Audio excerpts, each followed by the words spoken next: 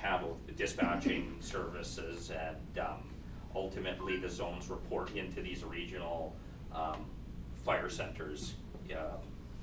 Southeast Fire Center, located in Castlegar, is where the boundary zone reports to. Next slide. And there's a quick snapshot of the Southeast Fire Center. We're one of 6 fire zones. The boundary, you can see it there in the lower left, is located with the 5 other fire zones of the Southeast Fire Center there. So, next slide. So locally, our Boundary Wildfire Coordination Center is located out at the airport. I think historically, it was a tanker base well back into the 80s back there, the oldest building on site. I believe 1998 is when operations moved from Kettle Valley more permanently to Grand Forks. And located here, our final staff intake was today. Actually, we had two firefighters that were attending school. So May 4th is our final intake. We're up to full staffing. We have 5 full-time staff and a supervisor. There's 3 seasonal officers that are onboarded, usually in February. And our 4 initial attack crews of 4-person crews are fully staffed and functioning. They work daily up at the airport there during their work term. And we're just in the process of working with the Suppression 12 program at the school district to hire 3 junior firefighters for the year. I find that a lot of our local staff have come up through that program, and a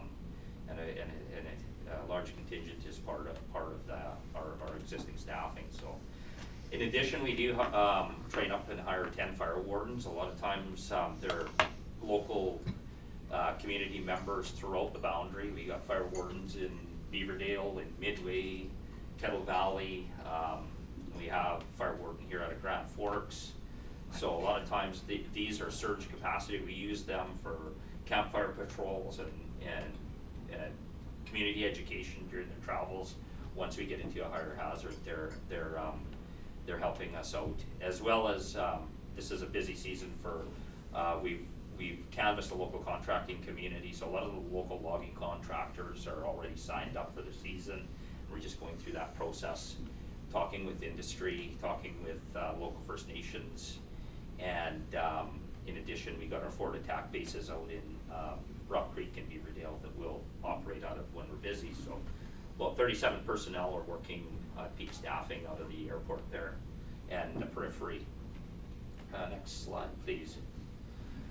So boundary fires, I'll give you a quick snapshot of last year. People are often interested. Last year we had a total of 46 wildfires in the boundary. 35, the majority are, if you look at statistically, natural process of lightning causes the majority of our wildfires. Human caused fires, which we try to prevent, they're made up a total of about 9 fires out of the 46, as well as the about 14 hectares out of the 271 last year that were burned. Or 285, pardon me. That's a picture of the Burns Creek, Burns Lake wildfire, the kind of the confluence of the Granby and the Burl Creek there that was visible for folks up there last summer. That was our largest fire in the boundary last year. Next slide. That's a quick snapshot of last year's 46 fires. That it's our dispatch screen. So the top of that, the green is the Granby Park. The lower right green is the Gladstone Park and Christina Lake. So you can see kind of an even scattering of wildfires along the border and throughout the boundary that we were responding to out of those 46. Gives a good visual of where they were. Next slide. So that's historical 10-year average. So those that were here in 2015 and can remember the scope and scale of that year, it really was off the charts with Stickpin and Rock Creek, and we had 136 fires that year. And since then, our average, 10-year average is sitting around 31. Last few years have been slightly above average as far as volume. Next slide, please. And there's our hectarage burned. again, the big year in 2015. And 2021, if those remember, we had a larger fire back in the Gladstone Park, kind of north of Lynch Creek, that burned for a lot of the summer in there. Kind of a low to a moderate intensity fire in the park that saw those that larger acreage there. So next slide. And that's where I'll kind of leave the summary of what we do and kind of our preparedness for the season with local staffing. And then I'd like to move on to our water access up at the airport. The actual date escapes me, but the water main infrastructure was upgraded a little over 5 years ago, I believe, into the airport grounds there. So before that, there wasn't even a hydrant even accessible to us.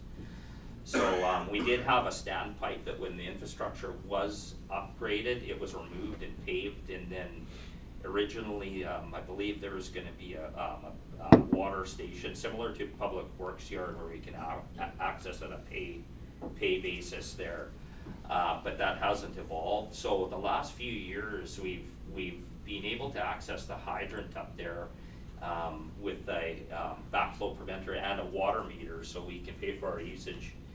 And recently, I believe there was a recent bylaw that includes a $50 a day access to access that hydrant. So one of my requests here to council and Mayor Baker is to consider waiving that daily access fee. It does amount to about $10,000 a year to have access to that hydrant under the new bylaw. So we've always paid for our water usage, whatever that is. 4 of our trucks are about 350 gallons, so after a fire we'll fill them up there. We do have another option down at the Public Works Yard that's less efficient. Well, after a fire we can access that, but that was this hydrant is ideal for being right on site when we can re-enry our trucks and refill our truck at the same time. So, and that's my presentation for the day. Excellent. Okay, we'll open up to questions from council if there's any. Councillor Krog. Yeah, when you were showing the map of all the fires throughout the boundary, there was 9 human-caused ones. Were they speckled everywhere, or was there something like, were they along a highway? Were they within the city? Were they? Good question. We out of those 9, just going off my memory, the largest contributor was power line strikes. So I know even recently we experienced that adjacent to town here. So out of the 9, the power line strikes were the largest. The human caused fires could be anything from logging to road brushing to open burning, but they weren't clustered, so to say, in one location. It was throughout the boundary. Okay, thank you. Any further questions? Councillor Thompson. Thank you. So, excuse me, your $10,000 equates to 200 days? Well, normally we gain access in April as soon as the frost or the freezing risk is gone, and then the fire season lasts. We get fires into October, so it was kind of that April to October. $50 a day would amount to that amount, yeah. And it's set up to where we can access to fill the trucks there whenever needed, but that it's sporadic whenever we get fire. It's sporadic when we'd be actually filling water. Mm-hmm. So it's just kind of a permanent access during that 6-month period. Okay. And Yeah, secondary, yes, absolutely. Follow up. follow up through to our management team. Why did we, and I don't recall, have that $50 a day fee added? It's because good morning, Your Worship Council. So the $50 a day was implemented not so much for forestry and for the BC wildfire, but more where we have contractors utilizing our devices, and they're fairly expensive, cross-connection and metering devices, and to have them sit on a site all summer when the contractor's not actually requiring them. This was to discourage that and ensure when they are using them, and when they do have them, they are actually using them, and when they don't need them, they return them. So it was really a price point to discourage holding on to them all summer. This cross connection and this meter, we expect to be out there all summer. So not necessarily not what we were targeting. Go ahead, Councillor Thompson. So it's other contractors or contractors other than wildfire. Yeah, unfortunately, they got kind of wrapped into the new bylaw, and it isn't, and I'll say it now, it isn't a lost revenue. This is a revenue we haven't collected in the past. And it sounds like BC Wildfire still wants to pay usage. Yes, yeah, correct. Okay, Okay, okay, thank you. Any further questions? Councillor Zelinski. Thank you, Mr. Mayor. One, I guess, reality is before that hydrant was put in, you were going down to the shop to fill in your trucks. Is that correct? Before the infrastructure and we went in with the water main upgrades, we had a hydrant on site that was on the airport tarmac. So with the upgrades and repaving, that was removed. Yeah. And then we ended up going down to Public Works when that was no longer an option. Yeah. It was very nice to get that water line in. One of the things we struggle with, just like your department, I'm sure, is capital costs of everything. That water line was put in at about $750,000 to the taxpayers of the city, and you're the only users. And to pay those capital costs when it has to be replaced in even 50 years, we have no revenue stream to do that right now. You're not the only one. We have a problem throughout the city as far as how we're going to fund those capital repairs. And this was brought forward as one thing that we could at least pay for the meters that we leave out there. So, yeah, it's going to be interesting on how we proceed with this, but you can understand why the fee was probably put on to begin with then. Yeah, I understand that for sure. I'm not sure if we'd have budget for that. We'd have to look for another, or may have to, I'm not too sure. Yeah, we understand your predicament, and like the CAO said, it's a new fee, so it's nothing that we're going to jump up and down and says it's going to unbalance our books type thing. So. Yeah, fair enough. Okay, Councillor Mark. Thanks, Mr. Mayor. Through you to the delegation. Would it make more sense to install a permanent water fixture on your building in the future, or is that not something that you're? As the cost you just said? Yeah, it's a good question. We are leasing the site from the city, so that potentially accessing a higher volume solution would be an option potentially to explore if we had to go that route. Yeah, then we're not having the meter sitting there all the portable sitting there all the time. Councillor Zelinski. Yeah, one quick question to staff. When is that lease up? Do you know? I believe it was just renewed for 5 years. We just did, yeah. Thanks. Okay, any other questions? See you none, thank you very much. Thank you. Yeah, thank you, James. We'll bring this back to in the regular for final choice and discussion there, so. But, awesome. Thanks. Thank you. Thanks. Okay, 2025 auditors report.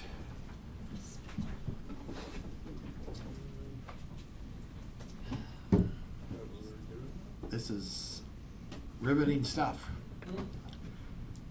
Good morning. Mark. Good morning. Good morning.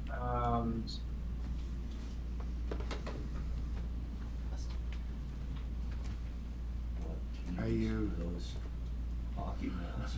I don't know. So go ahead, Cole, when you're ready. Okay. Thank you. I'm just waiting on our partner, Sinead. I'm just. Okay.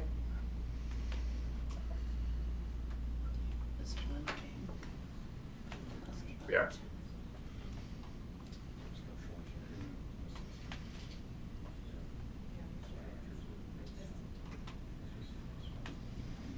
Morning, Sinead. Good morning, everyone. How are you? Good. So you can hear me and see me okay? We can hear and see you well. Okay, perfect. I can see the whole room. Good morning, everybody. It's great to be here with you for our short presentation this morning. I'd like to introduce my colleague, Cole Holwenko. He's an audit senior manager, and he's worked alongside me on the audit for the city for the December 2025 year end. So I just want to test that I'm able to, I've just sent in a request so I can share my screen as we're going through a couple of the slides. So if we could do that, that would be terrific. So in the meantime, I know that I only have you for about 10 minutes or so this morning. So what I'd like to do is, for those who I haven't presented to before, first of all, my name is Sinead Scanlon. I'm an audit partner with BDO Canada. And our role for the City of Grand Forks is to perform an external audit and to opine, give you an opinion on your financial statements as at December 31st every year. Part of that role is doing our audit planning, which we do, which we did this year for you in January.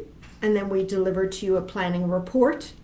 And over the last month or two, we've been working really closely with Marcus Hunter and your team to make sure that we could conduct the audit, which we've now completed. The final step is approval, of course, by Mayor and Council this morning after any comments or any questions. But what I'd like to do is maybe just give a couple of highlights as to how the audit went. And then we'll share the screen and Cole and I will take you through just a couple of the highlights. We don't talk about the financial side of the statements, we talk about the audit process itself. So allow me just to give a couple of highlights for everybody in the room. First of all, it's a clean audit opinion that we're issuing on the financial results for the City of Grand Forks for your December 2025 year end. So that's obviously always the ultimate goal that we're working towards. So it's a clean audit opinion that we're able to issue. The second item is that there needs to be great collaboration between our teams, of course. We work on this over the last couple of months in order to be ready for the meeting today. But there also needs to be very clear lines of independence as well. And so making sure that any suggestions or any changes that we have during the process are reviewed and approved by Marcus and the team. And then vice versa. Any proposed changes that he wants to flow through, we talk about those as the audit is happening. And so very clean lines of independence in the year. But also very strong collaboration. The third item that I think is key that everybody is always kind of keen to hear about is fraud. Every time I present to you, I talk about fraud because it's part of the audit procedures that we do to make sure that we didn't detect any instances. And so happy to confirm that we did not detect any instances of actual or alleged fraud impacting the city for the 2025 year end. So those are the three kind of main highlights that I like to share all the time. And if there are no questions kind of right away, what I'd like to do is just share my screen, which hopefully all of you can see now. We can. You Yeah. were able to, and then I moved, but now you should be able to see it again. Yeah, we're good. Okay, perfect. So there's 28 pages on this document, but Cole and I are going to highlight maybe about 4 or 5 of those that are key. So this document has been included in your package. So what I'm going to do is maybe just go to a couple of the key pieces. The first one is where we are at in the audit process right now. And we always talk about materiality. You know from looking at your finances that there's, hundreds, there's thousands of transactions that happen every year. We don't look at every single transaction. We look at a sample of transactions of where we think there might be higher risk throughout any audit file that we perform. And using materiality, we hone in on what items might be material to the audit or not. And so we set materiality based on your financial results. And we set 2 sets of materiality. The first one is based on your tangible capital assets and any of those areas that are connected to tangible capital assets, and those that are more connected to, let's say, the revenues and the expenses. And so those are very standard applications that we have for materiality, very standard from prior year for the City of Grand Forks, but also for other municipal files and audits that we have. As I mentioned already, we're not aware of any fraud impacting the city, and there were no independence concerns that we wanted to bring to your attention. So where we're at in the status of the audit right now, first of all, I should always say that we're not able to be ready for meetings such as today and do the work that we're doing without that strong collaboration from your team. And I just want to say thank you to Marcus and to Hunter for their very open dialogue and very their approach to making sure the audit is done efficiently, on task, on time, on budget. And we love working with clients like Marcus and Hunter because they respect the audit process. They know that as soon as they get their responses to us, that we can keep everything moving so that we're not in any kind of last minute crunch for reporting to you as members of Mayor and Council. So I do want to say a huge thank you for that. The status of the audit right now is pending approval today. The audit is complete. We release a copy of our audit report at the end of today, and then that gets submitted for all of the bodies that you need to submit it for. So that's the last piece of the audit completed. What I'd like to do now, just to kind of keep us on task and on time, is Cole is going to share just a couple of pages on some of our audit findings for the year, and then he'll pass it back to me, and then we'll wrap up for any comments or any questions. Awesome. Thanks, Sinead. So as Sinead mentioned earlier, my name's Cole. I'm a senior manager in our assurance practice, so my job's more or less to look over the audit start to finish in a very detailed level. This slide you're looking at here covers more of our high risk concerns when it comes to financial statement areas. To note, these aren't 100% of our risk, but these are the ones that we like to make you aware of as we progress through the file. The first 2 are our management override and controls. So management typically always has the ability to modify financial information. So that one is applicable to 100% of our assurance clients. I'm happy to announce as well that throughout our testing objectives, there were no indications of management override of controls. That's something we take very critically and judgmentally throughout the process. Secondly is revenue recognition. Anything to do with public sector entities, there's usually an element of judgment with stipulations with revenue contracts. We do a very detailed review of all revenue recognized in the year. Through our testing process, no instances of inappropriate or incomplete recognition of revenue. So we're able to provide reasonable assurance over your revenue figures as well in your financial statements. The last 2 are more specific. So these are more or less pay rate approvals, if they're being changed on an annual basis, if they're in line with the approved pay rates. And then lastly would be fictitious or unapproved vendors. The latter of the ones that I mentioned are more prevalent in today's world with IT risks, phishing emails, basically things that a lot of entities and municipalities and other local governments are susceptible through. If there's a change of banking information or a fictitious invoice. Through our testing procedures, we didn't identify any instances of fictitious vendors or inappropriate pay rates being applied throughout the fiscal year. So again, these are very similar. These are all the same ones that we would have presented at the planning phase as well. Thanks, Sinead. And then next we go through internal controls. So internal controls are basically the processes that are followed by management, various levels of approval, segregation of duties, things of that nature. So we do a very deep dive and try to understand the processes that are in place, and if there are any areas of improvement or items we would deem as a deficiency or significant deficiency, we would raise those to you almost immediately. Because we would have almost presented those to you immediately, we can conclude that there were no significant or other deficiencies noted throughout our testing, which is an awesome thing to have when we're working through municipalities, because there's definitely a tone at the top where there's a lot of testing reliance that we can put towards that throughout our audit process. As far as, so where Sinead talked about independence earlier into our presentation, this is one of the areas. So if there's adjusted differences, any differences that we propose are required to be approved by management and approved by mayor and council as well. We only had one adjustment in the year, and that's regarding to an asset retirement obligation estimate. This is a rather new accounting standard. And there's been numerous adjustments across the board in the province of BC. This isn't just an isolated thing to the city of Grand Forks. When we look at the adjusted differences as well, it's just a timing difference. So what would be observed is that the proposed adjustment was corrected in this year. Correct accounting treatment would have been to correct it in the prior year. However, because the amount was not material, we were able to correct it prospectively for the fiscal year 2025 without having to modify our conclusion, thus being able to provide you with a clean audit opinion.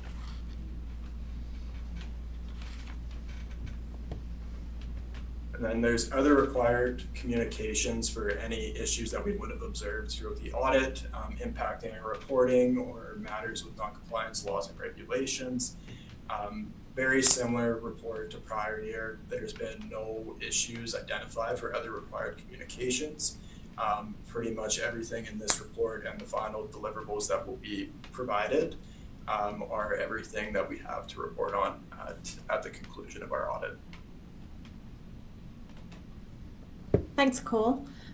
So a little bit later in the presentation, we just have a copy of our audit report, which, just to kind of wrap up what we have today, takes 2 pages, but it does outline that it's a clean audit opinion. And so this audit report gets appended to your financial statements that are prepared in-house. And that's what can be submitted by your deadline of May 15th. So thank you for your time and attention this morning. That concludes our presentation. Happy to take any comments or any questions. Okay, I'll open to council for questions. Councilor Zelensky. Good morning. Good morning. You touched on those unadjusted misstatements and that we had one there. So you wrote the city a letter about this on, well, it's dated today. But I haven't seen a letter like that before. Is this new? Is it only coming up because we had an entry? But I don't think I've seen one of these in one of our audits in the past. Yeah, so we have, any time that we come across anything that we want to change for a current year or prior year, we look at what the materiality might be of the whole file. And so earlier in the letter, I talked about materiality for any areas that are like tangible capital assets, or like Cole touched on for this asset retirement obligation. And it's $1.7 million for the city of Grand Forks this year. So that's a large number, of course. And so anytime we come across any errors that we encounter, we want to make sure that it's still going to be that we're going to be in a position where we can still issue a clean audit opinion, but also that it's material in that concept. So our materiality for City of Grand Forks is $1.7 million. And so one of the calculations that we had for the ARO was $162,000. That's not material. We could go through and reissue the financial statements. There really would be no necessity to do that. Councilor Zelensky. Yeah, thank you, Mr. Mayor. And where did that 3% of tangible capital assets come from? Like, why isn't it a 1%? Because like you said, to me, 1.7 mil is a big mistake on the books that should be accounted. Well, you guys are accounting for it, I know, but it's a big number. Yeah, no, I absolutely take that on board. So we calculate two sets of materialities for our municipalities. One is based on your day-to-day, your operations, and so that is 3% of your revenues. That's entirely within industry standard. And what we can do this year, because when we look at the volume and the dollar value that you have in tangible capital assets, that's a significant amount. And so we can, but in addition to it being a significant amount, it actually presents, based on our experience and industry experience, there's very low instances of any audit errors being raised in areas like TCA, which then allows us to apply a higher threshold of materiality. So it's 2% of your tangible capital asset balance we utilize for that. And so again, all very industry standard and in the norm that we utilize for all of our municipalities. And so that allows us to make sure that we're doing the audit as efficiently as possible based on where we know the risks would be. If, for example, hypothetically, we had always had issues or errors encountered as part of our tangible capital asset audit work, we would never utilize this higher threshold. This is only as a result of clean audit opinions in the past, minimal or no journal entries in the past from Marcus and his team that allows us to rely on, okay, there's a very strong control environment here, lots of great controls that are in process that we can rely upon, clean audits in the past that allows us to use those higher materiality thresholds that are all in line with Canadian auditing standards too. Okay, thank you. Great question though, and very relevant. All right, any further questions? Seeing none, thank you very much. Appreciate it, Sinead and Cole, for dropping in, sharing your wisdom with us. Okay, thank you so much. Have a great day, You're everyone. very welcome. You too. Thank you. Take care. Bye-bye. Can I ask a question? Yeah. Josh? Yeah. I am curious what this misstatement was that was the $162,617. Yeah, through the mayor, Marcus Loder's Chief Financial Officer of the city. So the asset retirement obligation was a new accounting standard that came in last year for the 2024 financial statements. At the end of the day, it's an estimate. So it's an estimate on the future liability that the city holds on certain infrastructure. In our case, it's buildings and asbestos pipe that are going to require additional remediation in the future. There's an estimate on that additional remediation, and we essentially set that up in the financial statements as a liability. So each year we redo this estimate, make sure it's still relevant. In conducting the estimate in 2024, and under the guidance of our auditors BDO, we worked together on the estimate. The accounting, I guess, kind of philosophy on it changed a little bit this year. We re-estimated. So when we re-estimated in 2025, we determined, you know what, this should have been 162,000 more last year. It's not significant, so we're just gonna make up the difference in 2025 and book this entry in 2025. This won't be an error moving forward, we took care of it in 2025. But essentially, it's just kind of an accounting philosophy estimate change. And because of that, we took care of it in 2025 financial. It's on air. No. It's a change in kind of estimate. Yeah. And this is how it kind of reflects at the end of the year. And Marcus, it's safe to say, so BDO guided us last year to the number. Correct. And this year they've changed their mind a little bit of how we estimate that number, and now they've asked us to change it. So I know it's been categorized as a mistake. It's not, it's a number that we worked together to develop last year, and now they'd like to see it differently. So, and just to further on that, I had my own accounting philosophy on this last year, and theirs differed slightly, so I went with their advice. I think it was a little bit closer than them in the end. Now that everything's, I don't want to say that, you know. Anyways, You just did. I just did, but it's an accounting estimate. Yeah. And this year, with kind of the lessons learned in the past, we're taking a slightly different approach, and because of that, there's this $162,000 estimate change. Okay. Right. Okay, thank you. Okay. I was really just curious. Okay. Councillor Zelinski, you had next your hand up there? Yeah, thank you, Mr. Mayor. Yeah, I'm not concerned about the entry. It's, I just didn't know whether my memory was correct. I've never seen that letter before. But my question is, we're under contract with BDO to do our audits for a number of years? This is the last year.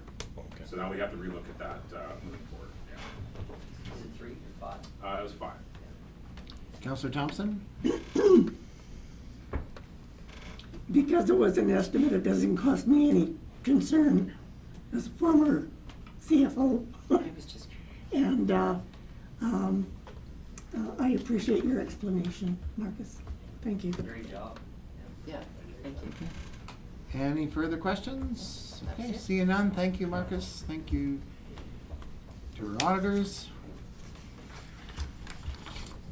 No more questions. Okay, moving along. Area D representative, Linda K. Weiss. That's you.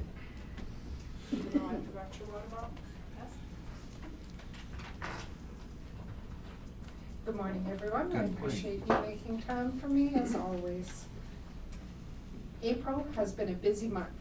The highlight of the past few weeks was definitely our local government's attendance at the yearly convention of the Association of Kootenai Boundary Local Government in Trail. Generally, this yearly convention is held out east in the Kootenai region. It was lovely to be able to attend locally. The most important outcome of those 4 days was Area E Director Sharon Gibbs's election to the AKBLG Board of Directors. Strong representation from the boundary has been lacking for some time, and Director Gibbs is well positioned to return the association's focus to issues here in the boundary. Congratulations are in order for Area C Director Grace McGregor. On the 20th of April, myself and Mayor Baker attended the official opening of the new Christina Lake Walking Bridge. This is the culmination of decades of work by Director McGregor, staff, and community volunteers.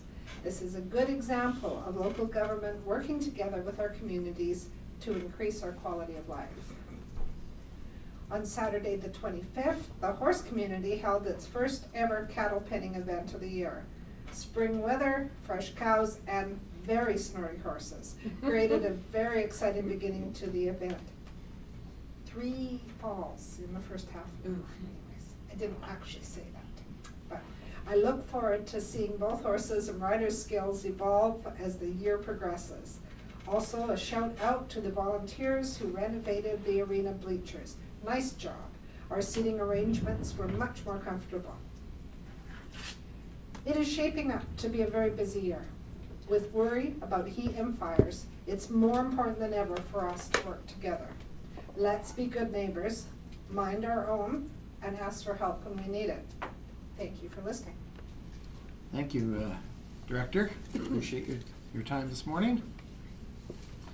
We also received a written report from our youth council group, and this will be attached to minutes. I will give you kind of a bit of the highlights of the titles of the things they talked about.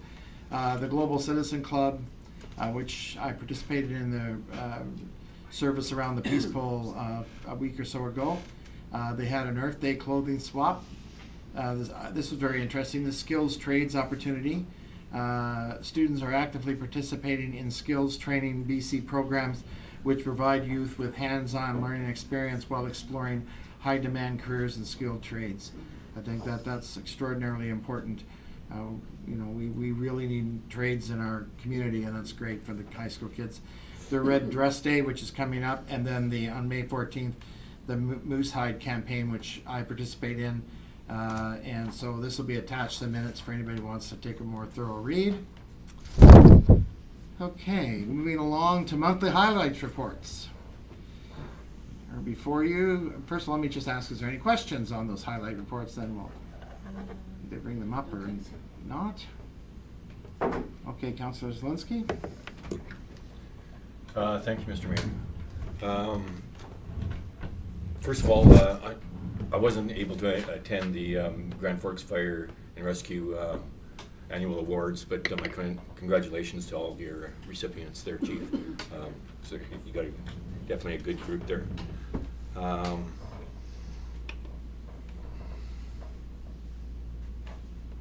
Like some explanation, I guess, or some ideas on the dust issue that we've been receiving at Railway Park. Can someone tell me where we are in the process and where we're going with that? Yeah, sure. It's cold in there. So through your worship, I do notice that the owners of the property are here, and there is an opportunity at the end of the committee of the whole, if they do have questions or would like to discuss things that aren't on the agenda, so just make them aware that you will have an opportunity at the end of the meeting, the committee of the whole to speak on that if you wish to. So the process right now is, as of last week, as per the unsightly premises and nuisance properties bylaw, we have provided a letter to the owners and indicated that they have a time period now in order to rectify the situation, and so we'll let the chief.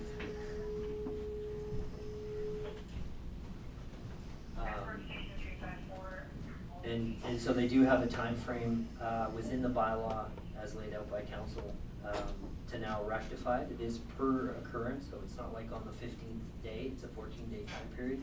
It's not like on the 15th day there's any kind of action, and generally if they are working towards a solution, then we try to find compliance as opposed to enforcement. But at some point, the next step is either fines, or the city also has the ability to take over and to mitigate it and to charge those works to the property owner, or if not paid, put those on the property taxes at the end of the year. Follow up? Yeah, I don't know if it's much of a follow-up. But it appears this isn't a problem that's going away soon.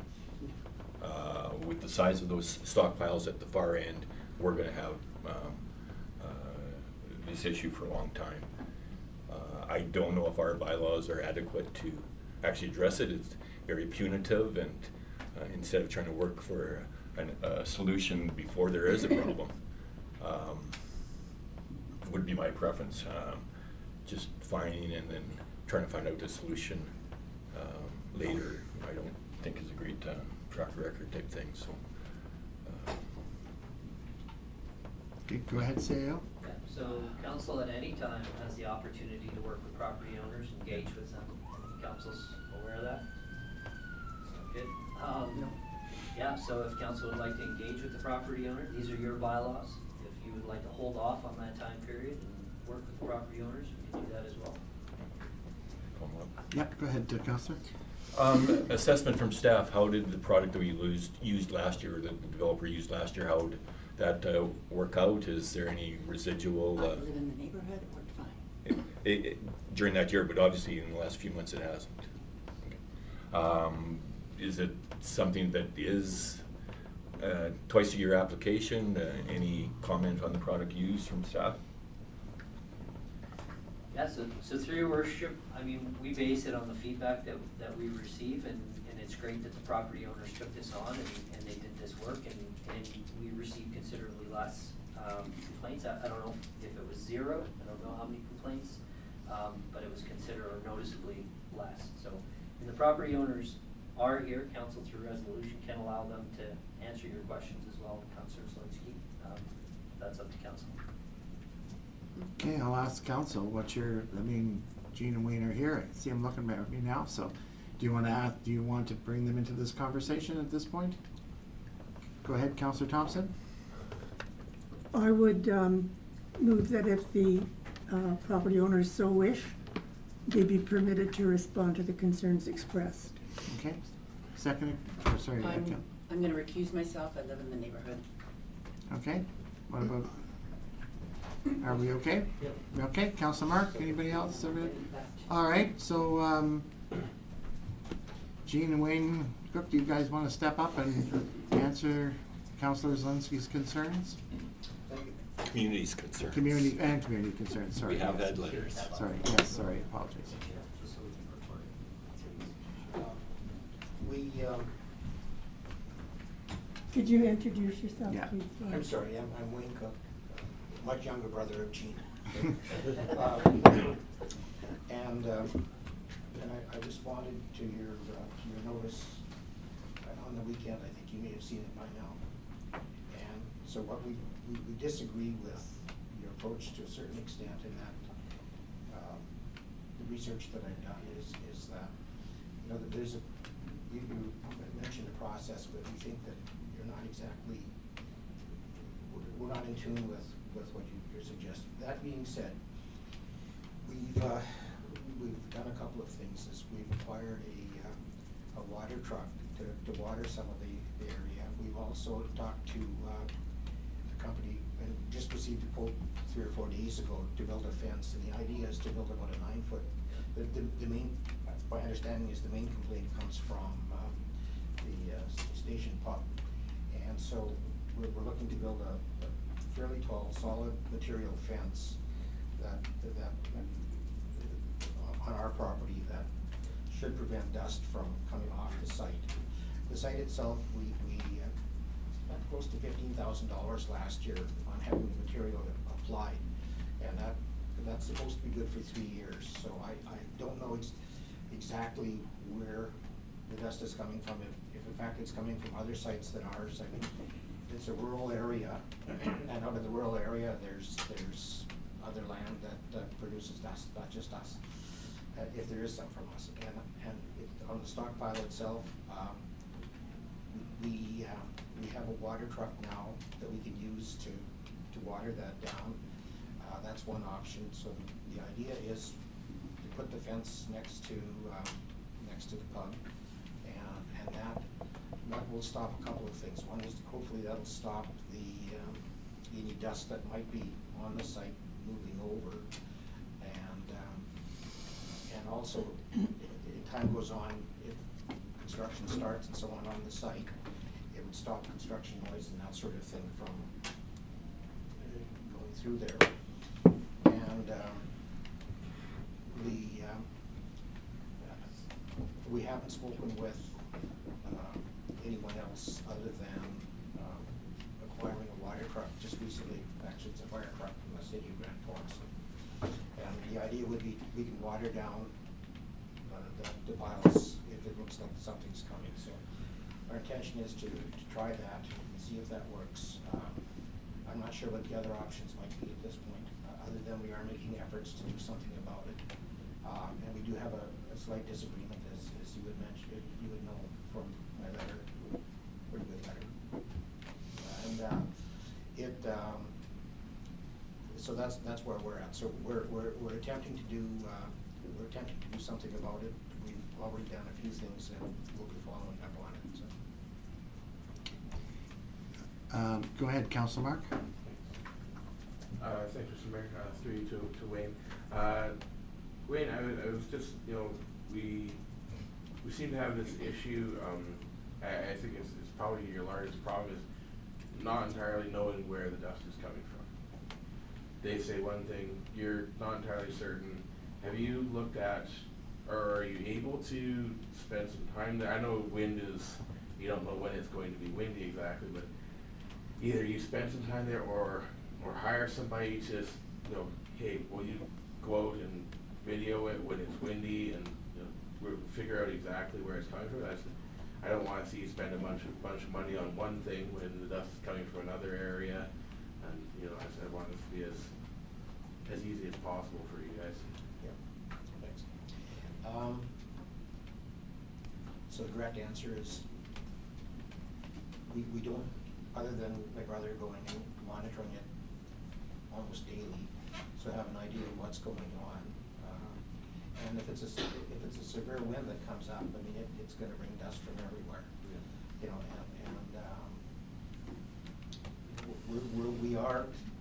we're not abandoning anyone. We're making an effort to do things. So we bought the water truck for the purpose of watering down the piles if we need to. And we have a quote. We're just talking to the installer to see, you know, where we would put it and that sort of thing. Councilor Studley. Have you seen the video clips of it? I'm looking at one video clip here, and you can clearly see it coming off one of the big piles and coming towards Yeah. up. So you have seen those Yeah. videos. Another option is we looked at, we have a fellow that's getting a price for us on fabric that could go over the pile, so that might be an option as well. But we wanna work with the lottery and with the fence, first of all, to see if that works. But we've actually, one of the fellows I work with is getting prices on a very large bit of fabric. And my understanding is that the owner of Station Pub was liking the idea of a fence. Is that my understanding, CAO? Yeah, so through your worship, we did meet with one of the owners, and I try not to single out. We received more than one complaint, and we try not to single out anybody individually, but yeah, there was some,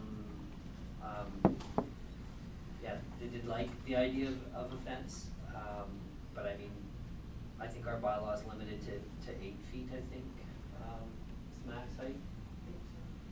Pardon me? I think so. Yeah, so we have to take a look at that. If the owners intend to build higher than that, then they might need a variance, and that's that opportunity to have a discussion to see what that looks like. Okay. Initially, we're looking at 9 feet. 9, yeah, so you need a variance. Okay, any other questions for the cooks while they're sitting here? You're okay, Counselor? Yeah. We're good? Okay. Okay. Thank you, gentlemen. I appreciate your willing to step up here. I do have another question for staff. Okay. I think there is a solution here. We just need to find out what that is. It's, these are two gentlemen interested in building a fair number of homes in our community, so let's work together to find a solution. That's my move, so. All right, so any more, I believe you said you have another question for staff? Go ahead, Councilor Zelinsky. Yeah, thank you, Mr. Mayor, and maybe you can help me on this one. I had the distinct opportunity to visit the barbecue of staff in Public Works down at the shop there a little while ago, and sat down with the installer of our new columbarium. So over the last little while, my mind's been wandering, and I was wondering, when can I book Get my close to slot? that, get your spot? Yeah, is there, now that it's there, is there any way that I can sign up? Do I know how much it's gonna cost me? Well, you know, it's gonna cost you. It's gonna cost me double, I know that right off the bat. Right now. But I just Good, wanna I just know- want you to know. That's why I wanna know so I can start saving now. So, can someone give me some answers of when we can get that out there for the public? I'll ask staff there, because there's some holdups Are from you the planning government side, so. something? What's that? Are you planning something? I'm never planning anything, but you never know when something might just knock you down. So through your worship, so ideally we wouldn't have installed it, but you know, we didn't want to leave it in our yard, and we kind of had this opportunity. So it is on site, which has resulted in a number of people saying, great, this is beautiful, we'd love to sign up, how much is it, when can we reserve a spot? And so we need to move through the legislative process that is associated with cemeteries, and I'm sure as an undertaker you're very familiar with those, and so we need to work with the consumer protection. Yeah, consumer protection.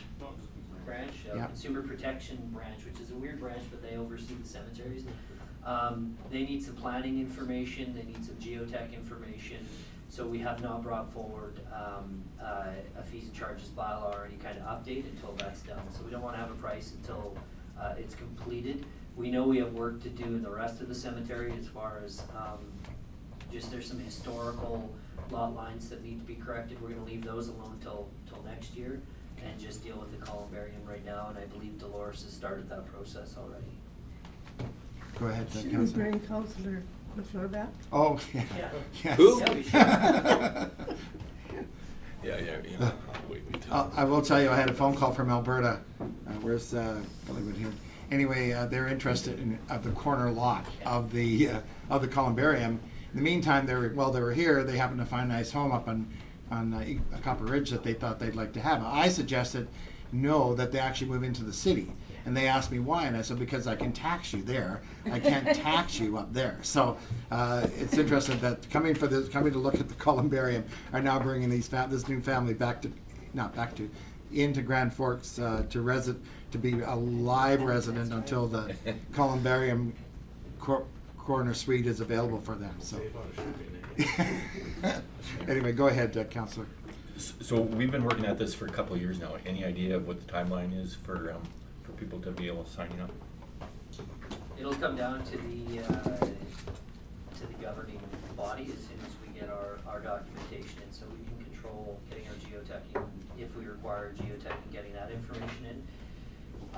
I've done an expansion on a cemetery before. It took a year before it was approved, and it sat with them for over 6 months, so it'll come down to them. We will make it our priority to get that land use piece submitted. After that, it's in their hands. Silly question. Where do our fees and charges for the cemetery sit?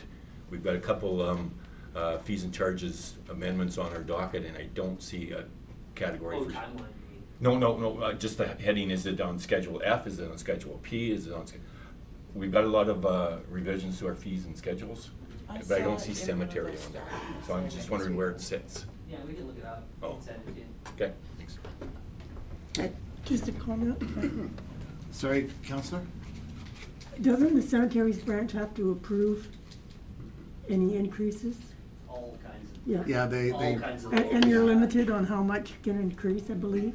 And then there's the endowment, and so there's a number of different Yeah, pieces that go with it. Yeah. It's complicated. It's and very complicated. It takes some time. But the columbarium is here, and it's beautiful, and can't wait to get it ready for use. I can't wait to see the memo. People are asking. All right. Glad people are asking. That's good news. For some. Okay. Any further questions for staff? Then I'd ask for committee to hold to receive the monthly reports. Thank you, Councillor Fleur, seconded by Councillor Krog. And all those in favor? Opposed? Carried. Thank you. Capital projects update. Mr. Stevens, come on down. Peter. James, we'll call him. That is great. We'll call him.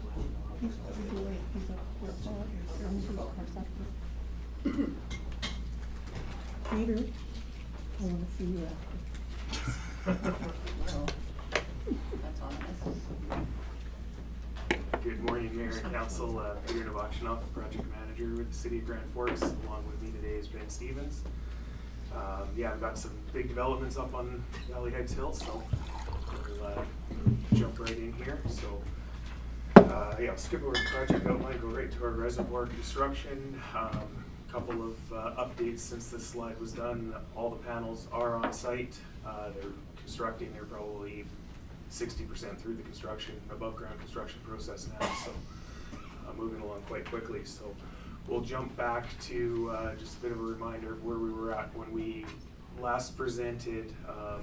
Next slide will show it well there. We had just poured our concrete grade beam, so that sits under the tank structure itself around the outside perimeter. We were at that point waiting. Our containers had been offloaded. They were on their way here from Montreal.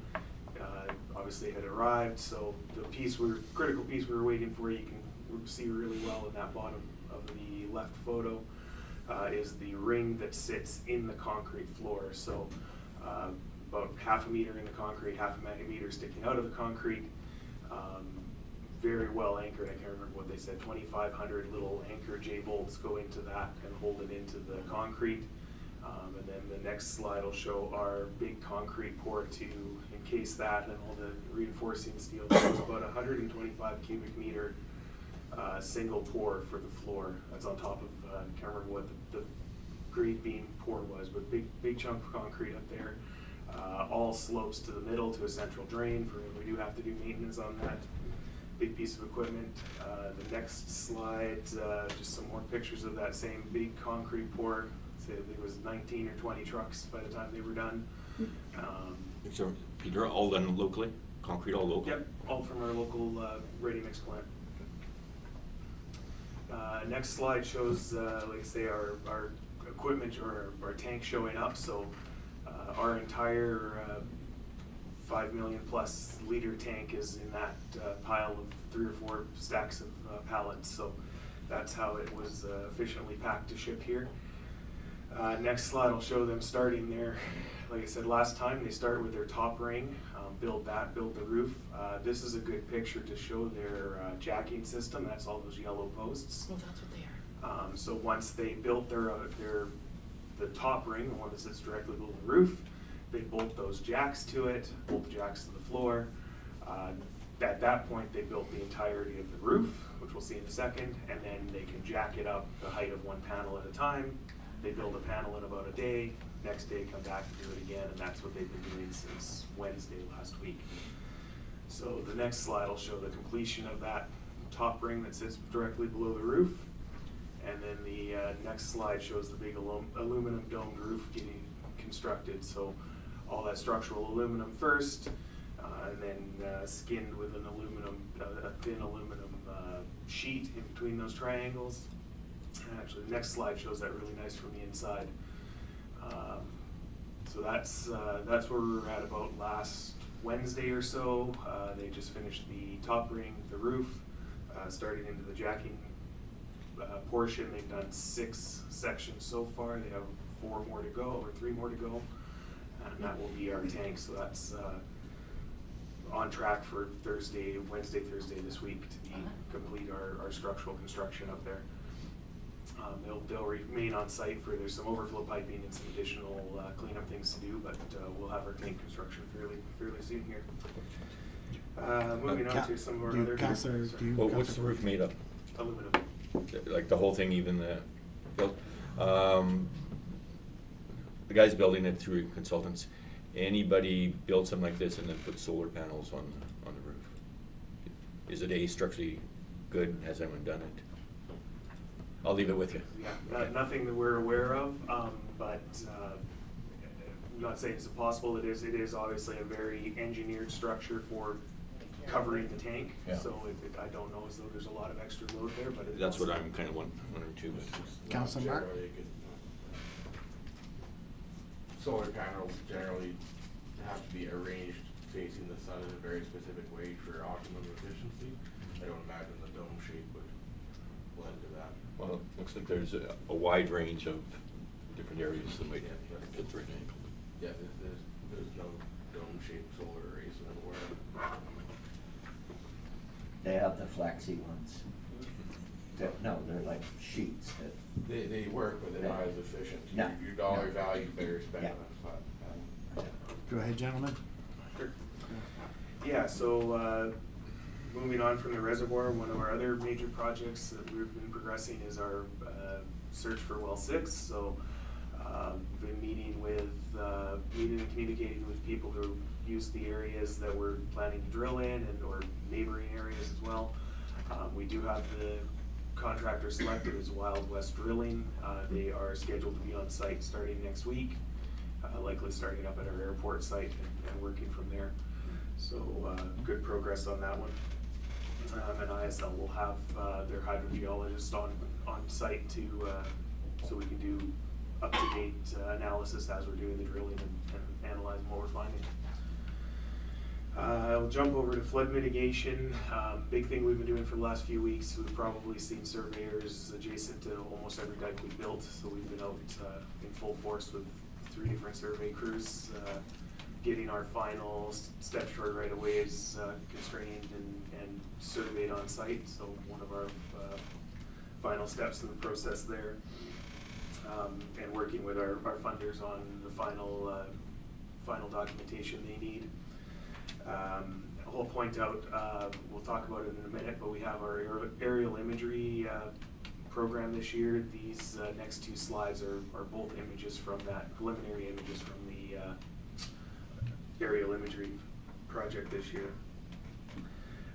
Yeah, working closely with the regulators on closing out all of our permits, countless permits. I think we don't want to put a number to it, but there's a lot to deal with, so we are working through all the process of getting them all their final reports and closing those off, and doing our little bit of restoration on private property that we're still cleaning up.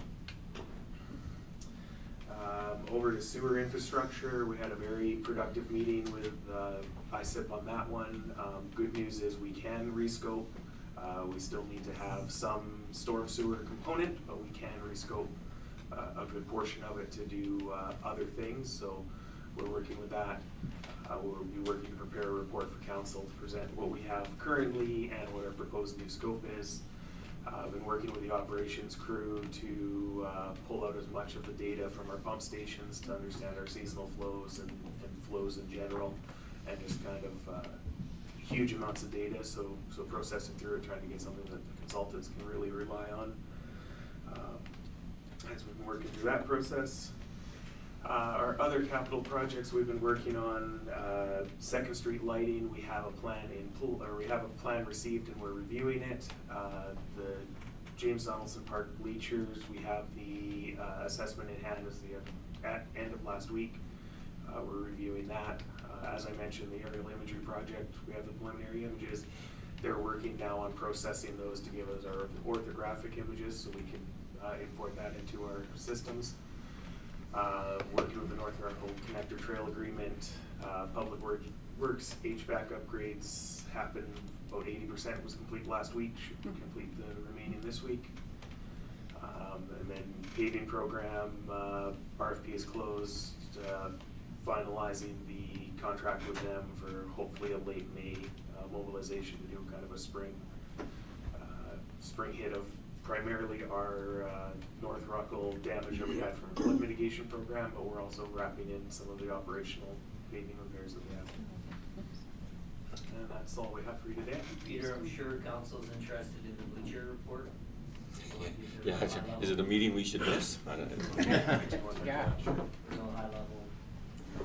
Yeah, so the good news is we had Effie Struck out of Nelson. We are a structural engineering firm local to the Kootenays, do a review, an on-site review and careful measurement of the bleachers, including the big blue monster and then also those two smaller structures which are similar but kind of separate. So they looked at all that. They did not look at the grandstand. This was strictly the bleachers. Globally, structurally, they're in good shape. And so there is not, I was speaking with someone this morning and they told me there was a set of bleachers somewhere that was condemned because it got a structural review and they basically said there is no recommendation for fixing, you need to tear these things down. That was not the case here. That's not here, just. Yeah, don't take that soundbite, exactly. Yeah, globally they are structurally sound. There are some recommended repairs. Most of them relate to guardrails, guardrail strength, guardrail height, adding pickets so there's not as much space between those pickets or space to go through the guardrails. But yeah, wanted to let council know that we have that. We do have, I just heard this morning they're gonna do some drawings for us that show kind of the detailed structural connections, and we'll have those by the end of the week. And so there is an opportunity if council wishes to move forward with some repairs or adding some safety features there. Okay, any questions? Seeing none, thank you very much, gentlemen, appreciate the report. I can see the tower rising from my deck, so. Oh, very good. We're waiting for ready to do the bus tours now of Valley Heights Hills, so. Okay. Which I was speaking to one of the owners up there suggesting that she get her signature ready, because they're gonna be coming up asking for signatures, so. Okay. So any questions from the public and media?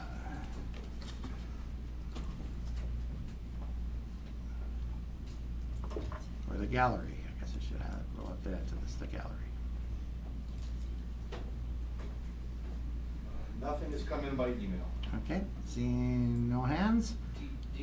So this is your opportunity also, if there's something else on the agenda, and I know you have another item on the agenda, if you wanted to ask questions or speak to that, now would be your opportunity, even though it's in the regular meeting. Thank you. Would that be that, that's the charging station? We're anticipating and hoping that, full approvals with respect to the Tesla charging station. It's been a process. As you know, we were actually responsible for bringing Tim Hortons in a number of years ago, and we were working on the charging station starting 4 years ago. Tesla canceled the project. We came back, and a lot of delays. Frankly, some of the delays we're not thrilled with. This is some of the treatments here in the city, notwithstanding, it's all turning out as far as I know nicely. So what we're hoping is we'll have 8 Tesla charging stations, superchargers, approved today, and they can start construction quite soon. And personally, I'm really looking forward to it because I want a Tesla this year. So Fair enough. I think it's called range anxiety. So this is my first trip out of the city with it yesterday. I was a little worried, but now that there's going to be a charging station in Grand Forks, it'll reduce my range anxiety and everyone else traveling through the area. And I think it's important that Grand Forks is doing it, just because if Grand Forks didn't take this opportunity, somebody else would. So what you're doing is getting that, and it'll bring people, they'll stop, it'll make Grand Forks just that much more visible on all of the calendars that show charging stations. So it's a really positive thing for the town, and also very beneficial for electric vehicles, and EVs are becoming more and more popular. I mean, Nice gas. yeah, I mean, my car, it costs me, I think in the city, $1.30 a day to drive the electric car. That's the cost of a half liter of gas. So, I mean, the whole aspect of EVs is so important, and it's really looking forward for the city. So I'm trusting and hoping that it all goes well, and if it does today, and if council is supportive, then I think you can have shovels in the ground within a month or thereabouts, and hopefully sometime this summer completed. Thank you. Okay, any questions? Go ahead, Councillor Mark. One of the gentlemen are sitting there. Thanks, Mr. Anthony, to Wayne. I share your optimistic outlook. Not to dwell on negative, but you said there was delays in the city. Could you describe what your biggest delays were in regards to something the city could do better? On the first set of events, before Tesla canceled the charging program, they canceled the charging program on like a Friday, and on Monday it was coming to council. So the delays had to do with, I think on the electrical side, the biggest one with the city, that material went to your electrical people, and it was like 111 days before a response came, or I've forgotten the numbers. And it has all of the numbers, done ever so well, but there were some, what that said to me is the city wasn't really making a big effort to be helpful to people who wanted to do things. This is a big benefit for the city, and frankly, it's almost a cultural thing where I think the city has to, if something comes along like our proposal, it's going to be a benefit to the city. I would really hope that the city staff makes every effort to support that kind of thing. And frankly, my perception is I wasn't thrilled with the timing of all of that. Notwithstanding, we're there. Hopefully it all goes today, but thanks for your question. Okay, so mostly, like you said, with the electrical department and specifications, materials, communication. That, and frankly, from my third-party perspective, the culture starts at the top, how things get done in the city. And I think the city really has to make an effort to be accommodating, to provide assistance to those of us who are actually, frankly, spending millions of dollars to do things here. And that's what's going on. And I didn't see the city stepping up and really being supportive, saying, listen, how will you make this better? I'm frankly. Somebody want to comment on that? Okay, just a second. CAO, do you want to respond? For sure. So I mean, I'm gonna have to step in and say I think we have incredible staff in our electrical department. Two at the time, we're working very hard.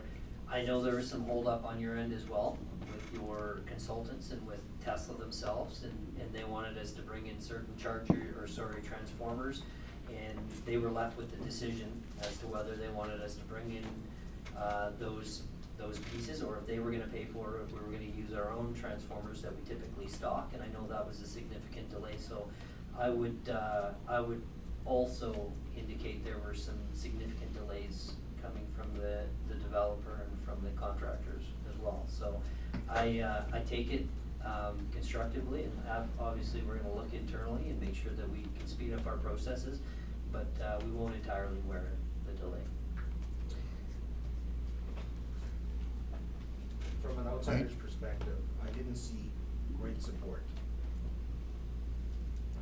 Okay. Councillor Zelinski? Oh, sorry, finish. Councillor Martin. Thank you for your comments. Councillor Zelski. Okay. Thank you, Mr. Mayor.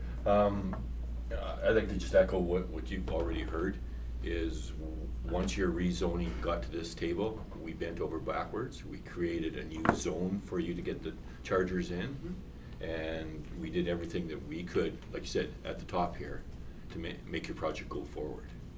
We've got a lot of other projects that we're going to be dealing with you in the future, so we've got to learn to get better together, I guess. We'll put it that way.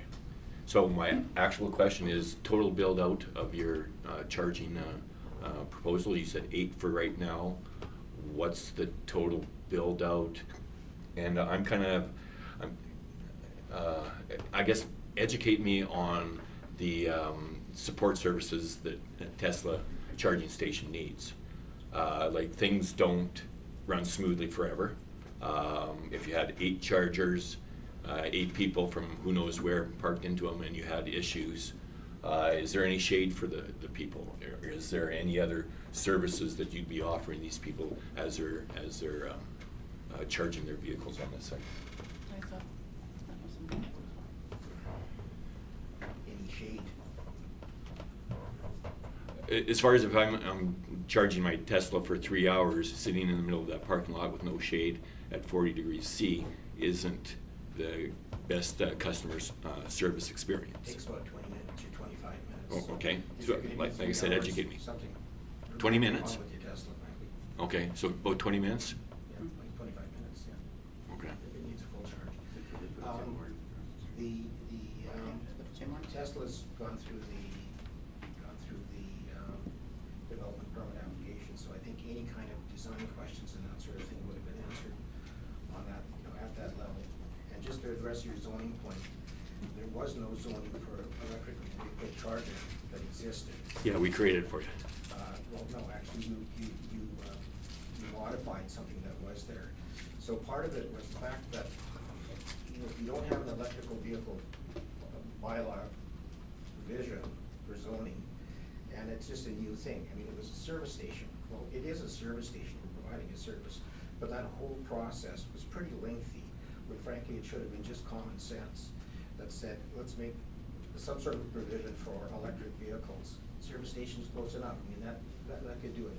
But instead, we had to go through a number of steps. We had to combine 3 lots that really were no good use. We had to go through that.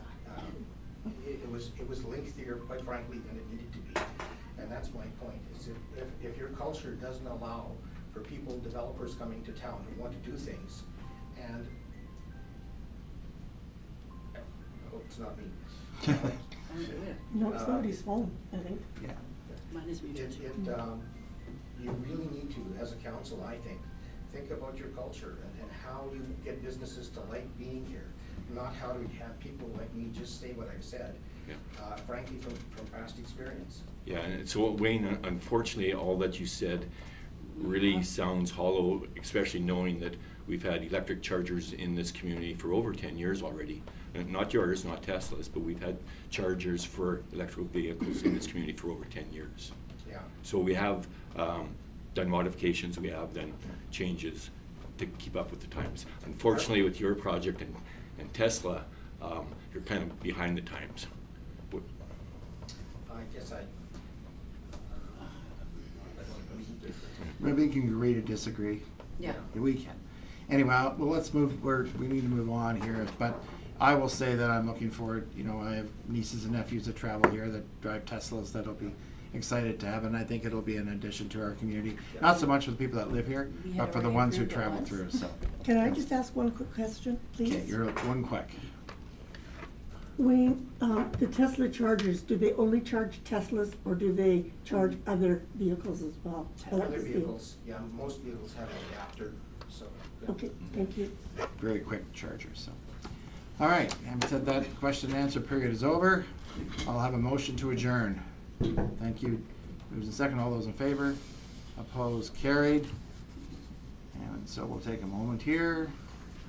Move into regular.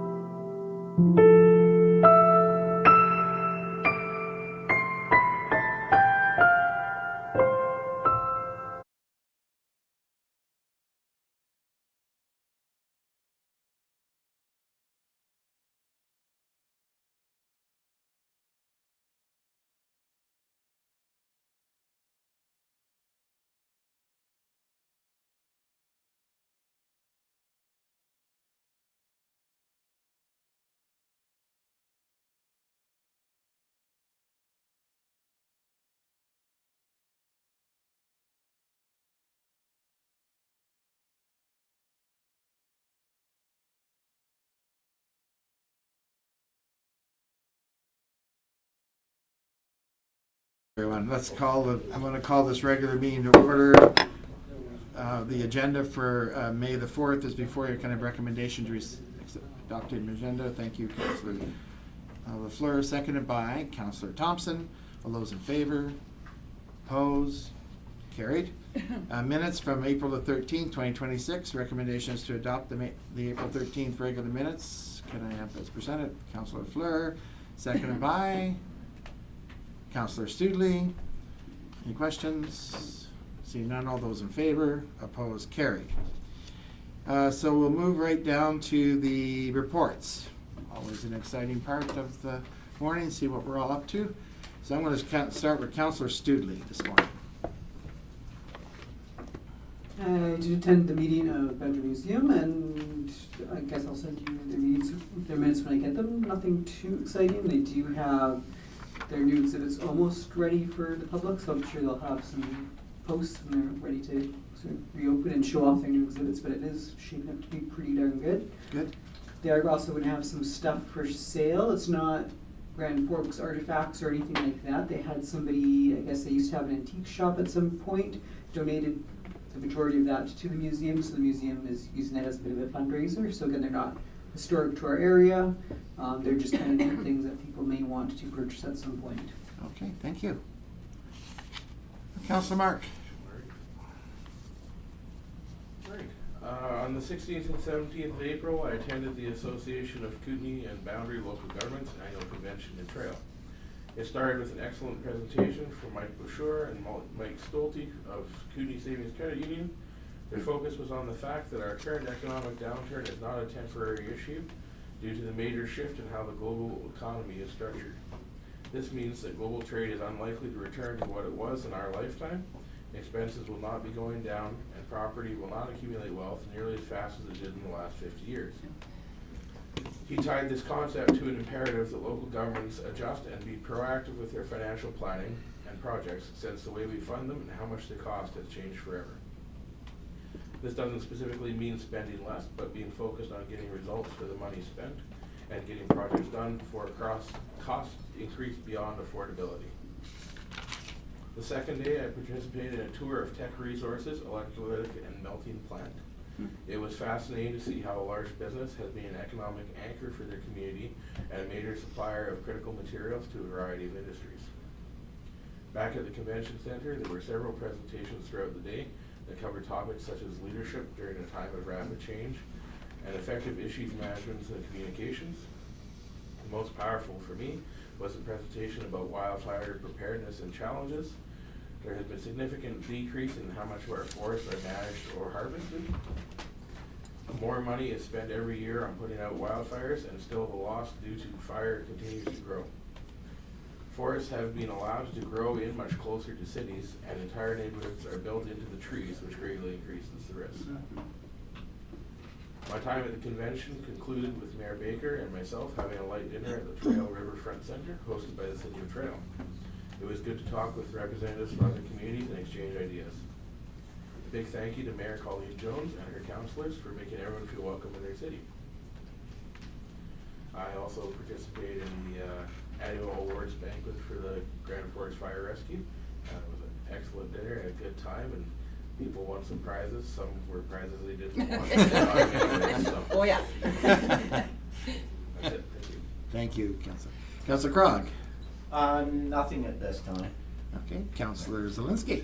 No, nothing at this time, thanks. Councillor Thompson.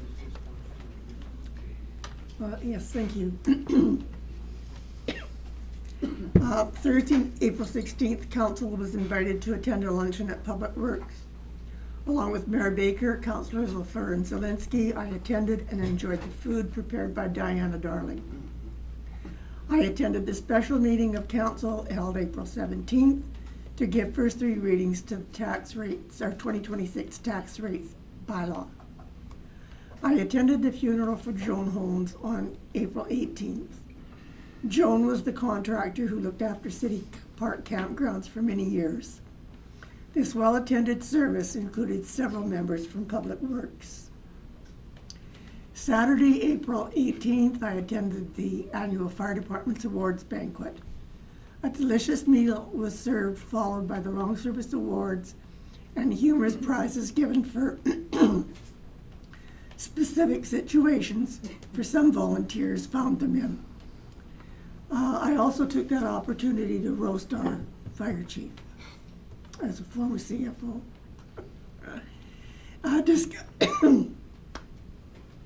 Discover Grand Forks Chamber of Commerce held their meeting on April 23rd. Items of interest included the following,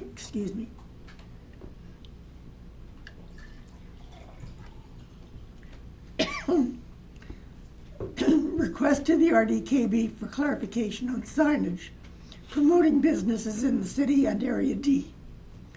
There has been some confusion with some business being asked to remove signs they have placed. The annual general meeting will be held May 12th at the Wooden Spoon. Networking will begin at 5 p.m. and the meeting starting at 5:30. Canada Day celebrations events may be held in the evening when it's cooler. The heat during this year's celebrations caused concern. I was personally disappointed that I had to leave early due to health issues. Respectfully. Thank you, Councillor Thompson. Councillor LaFleur. April has been a busy month. I also hope everyone is out there enjoying the weather. On April 16th, along with several members of council, I attended the annual City Works barbecue. And yes, thank you to Diana Darling, who made the best burgers, as she always does. Later that day, I attended the Grand Forks International Open House. They have set up an office beside Boundary Hearth and Home. They're looking for volunteers for this summer's games. So please pop in and see them and fill out the volunteer forms, or you can find those forms online on their social media page. I attended the April 17th special tax meeting, and I also attended the Grand Forks Fire Rescue Dinner. I want to congratulate those who received awards and thank the members for their service. We couldn't be here without them. There were 2 concerts that my husband and I had attended the week of April 22nd. The first was part of the Living Room concert series, and Catherine Dowling was the pianist. If you ever get a chance to go and hear her play, you will really enjoy it. She was amazing. Then a few days later, we attended the Grand Forks Choral Society concert at the Gospel Chapel. There was an adult choir along with several children's choirs. It was the most enjoyable way to spend a Sunday afternoon. And it seems to me that these choirs are constantly growing, and we are lucky to have so many gifted musicians.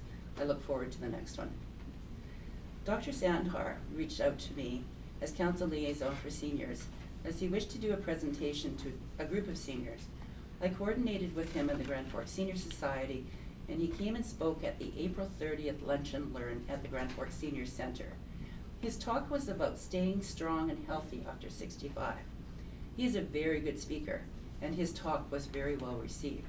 So thank you again, Dr. Sandar, for taking the time out of your busy schedule to come and chat with a group of seniors. The second presenter was Myra Duff, who spoke about finding your balance, showing us some proper techniques for bending, and challenging us to stand on one leg, which I failed. I'm not good at balancing on one foot. So I need more practice.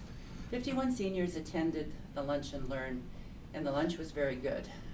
The May calendar for the Senior Center is full of interesting things to go and attend, so check them out. Just to add, I recently found out that our federal riding has the second largest number of seniors in Canada. And the riding that beats us as the most seniors in Canada is the Cowichan-Comox riding. Thank you. Thank you, Councillor LaFleur. Okay, I finished up with mine. It's been an extraordinarily busy 2 weeks. My grandchildren are starting to not recognize me when I come up the door anymore. So, so as most of us had, we attended the startup of the Public Works Barbecue. Food is always phenomenal. It's great to see our summer staff getting back and getting a place, and you don't have to drive too far around town to see the beautiful work that they do. It's when I speak to people, they always comment about the trees and how well everything is kept downtown, and touche to our Public Works summer group. I did speak at the high school's Peace Pole gathering as part of the gathering of peace for that weekend. We had our special meeting here of the 2026 tax rates. That was a long and dragged out meeting, which was good because I had to get back up to trail. I attended the ABKLG, which everybody's always wanting to know what the acronyms are, so Association of Kootenay Boundary Local Governments. And so I drove out on Friday to join Councillor Mark at the reception. I had an opportunity to both of us to meet Landon DeBest, who is retiring, or I should say retiring, he's moving on to Fraser Health. Landon and I have worked well together over the last 5 to 6 years. Not always pleasant conversations we've had, but he reminded me that he still has my footprint on his head as I stepped over it all the time to talk to the minister. But I wished him the very best, and him and his family as they go on to the new challenge. I did see that the post has been posted, so we should have a new vice operational here very shortly. Then I drove back into town. Drove back into Grand Forks. We had of course, the funeral for Joan, which was very well attended, and I thank our staff I know our staff was deeply involved in Joan's life, and it was evident by the number that showed up for the funeral. I then started out with the peace gathering at the USAC. I brought greetings at 8:30 in the morning. I joined other Rotarians that were there.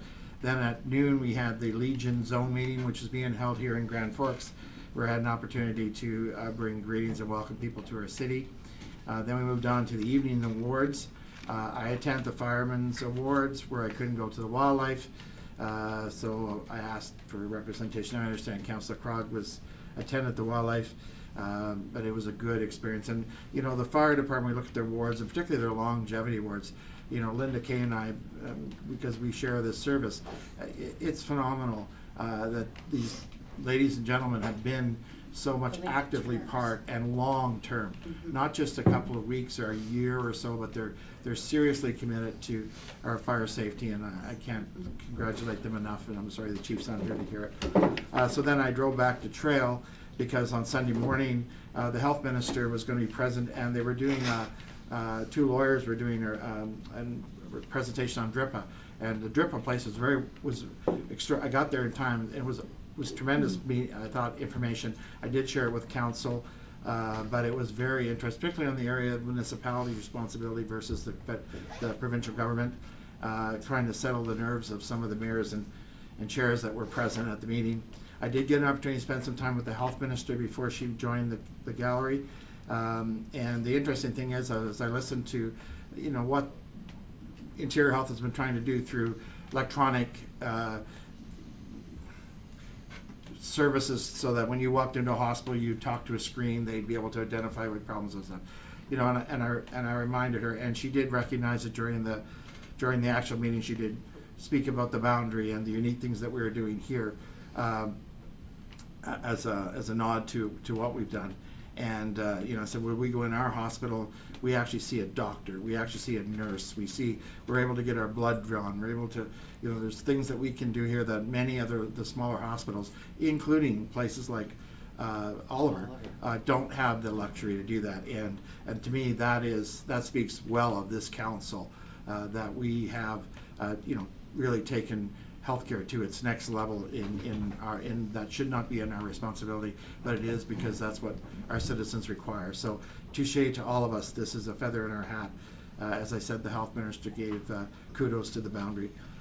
Then I came back. We had the ribbon cutting, as was mentioned, at the pedestrian bridge. Right church, wrong pew. At Christina Lake. It's phenomenal if you haven't been out there. And in the nighttime, I mean, it's a blaze. And will be probably well used for years to come. I also on Thursday I participated in a video shoot about forestry here in Grand Forks, and that was a day's shoot with my teleprompter over there in the corner helping me. And thank you, Kelly, for your work there.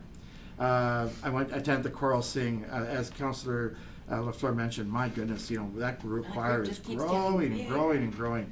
It's really tremendous.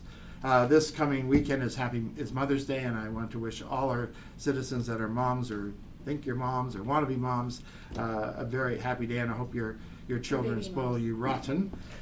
And then finally, I want to reiterate, and this is fairly serious. We need to be really careful out there when we're in the backwoods.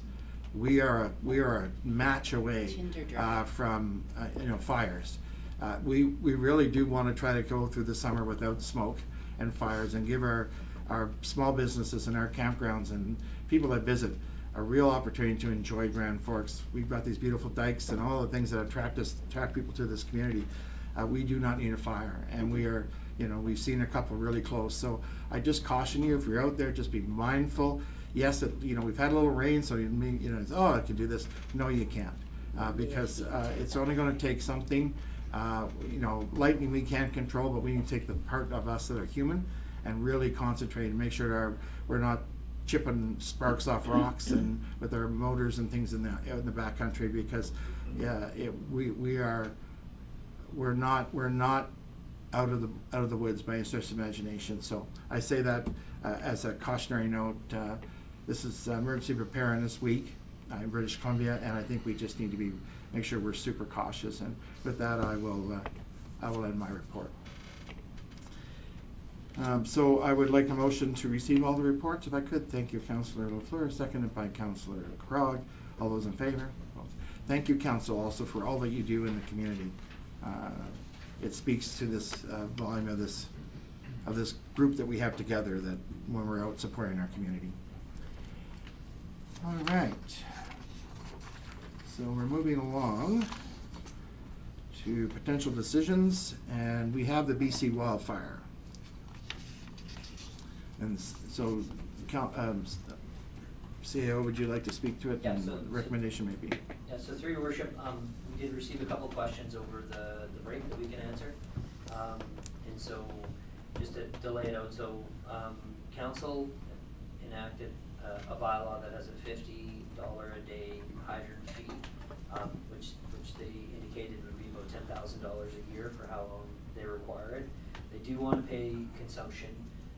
Consumption, typically, Marcus, that number was about $300 to $400 a year. Was that about $300 to $400 a year they pay in consumption, which was one of the questions we received, and also their lease amount, which is just shy of $7,000 and goes up annually by inflation, I believe. So just a little under $7,000 is the lease amount. That was the other question we received. So they're looking for council to waive that $50 a day hydrant rental fee. Councillor Zelinski? Yeah, thank you. The lease, does the lease say specifically that they pay for the property taxes on that lease site?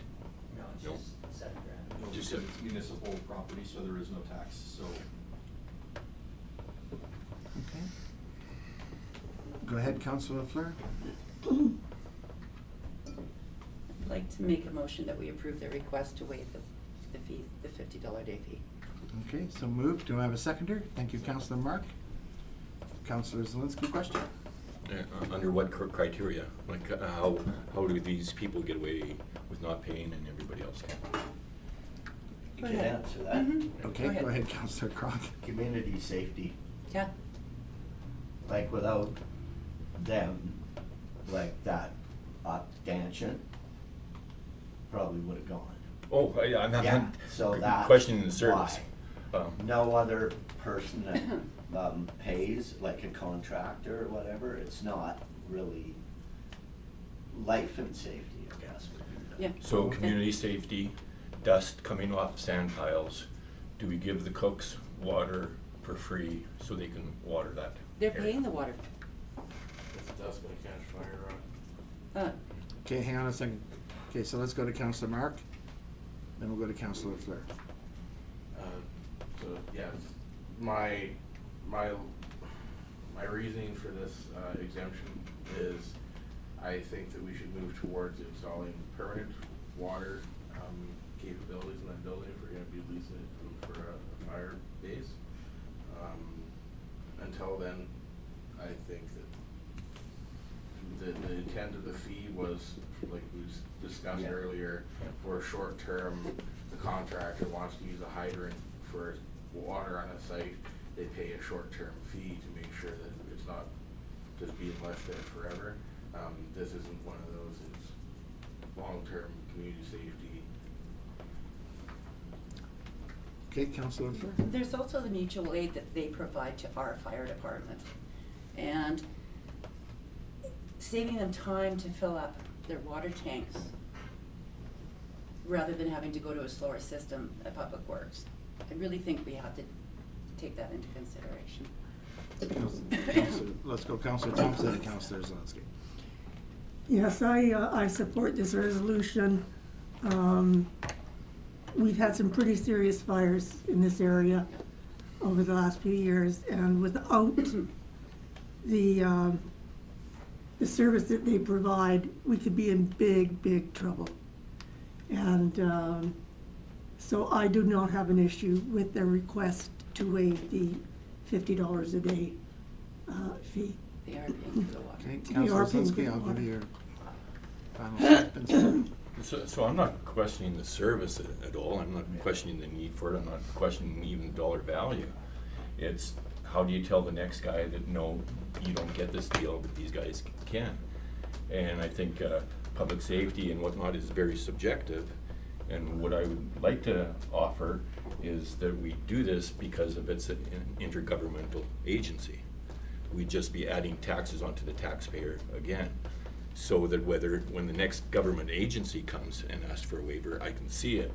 And we haven't opened the door to any contractor, but that's our reason as government agency, not health and safety, which anybody can fall under.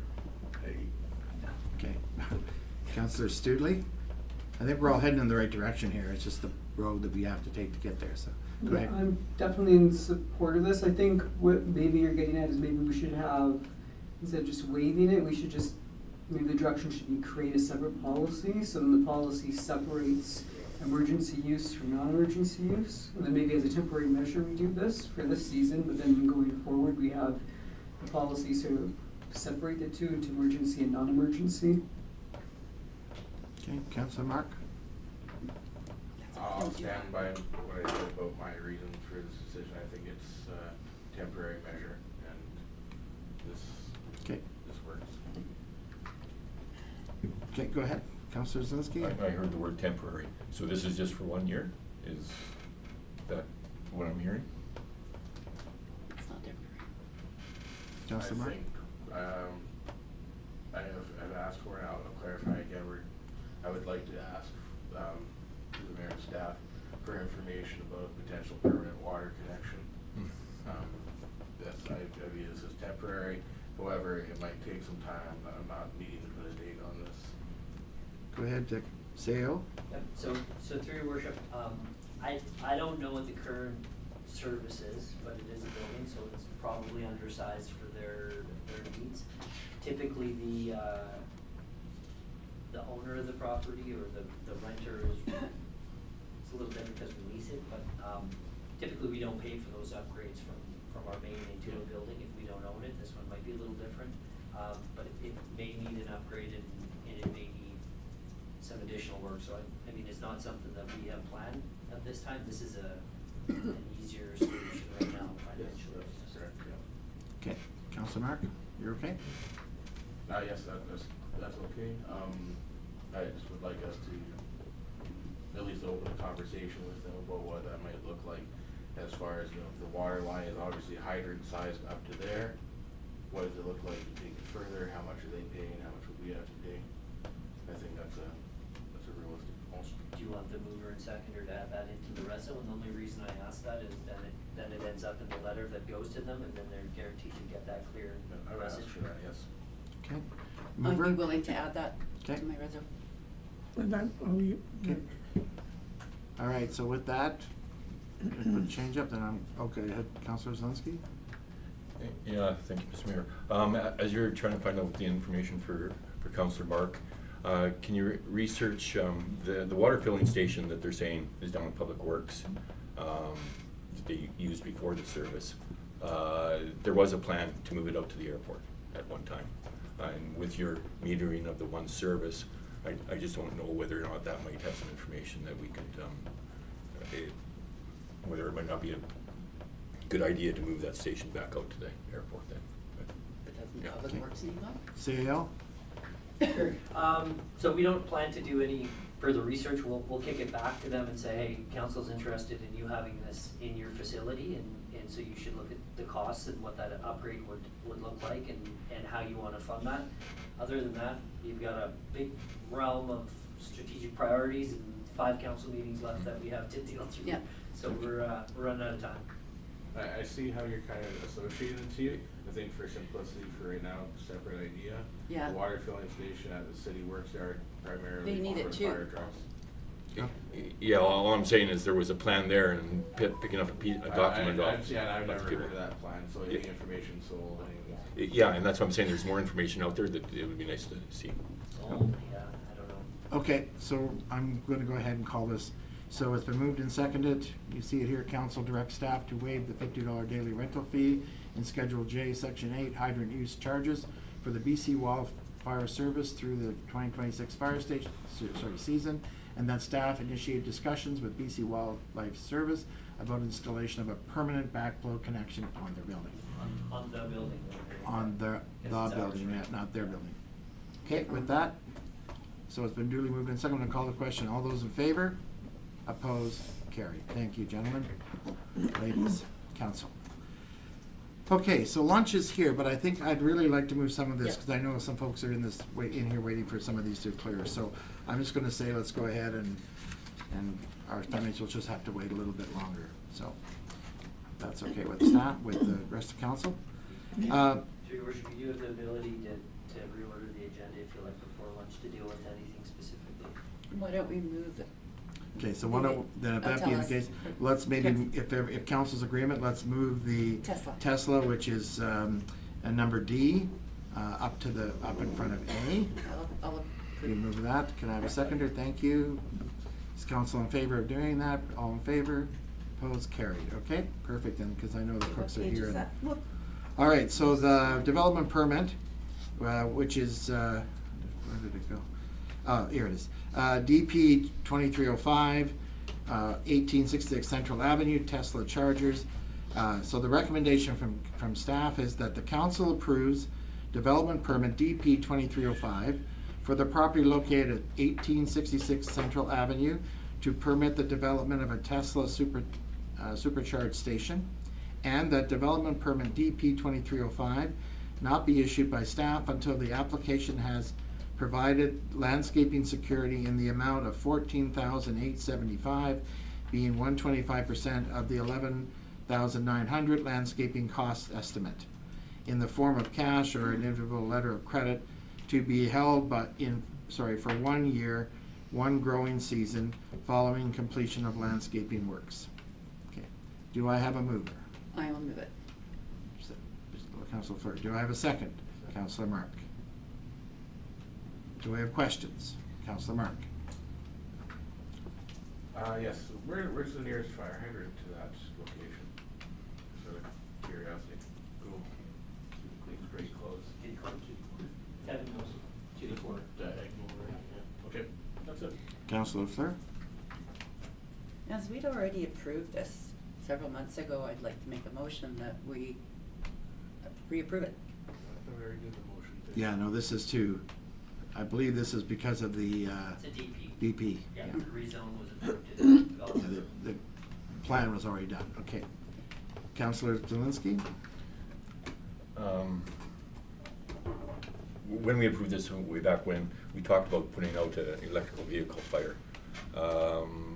Is there any regulations that say that after you get so many chargers in a row that you have to either buy a special piece of equipment, any different, I don't want to get into the same situation as building silver kettles and saying, oh, we added another floor on it, so you have to buy another fire truck.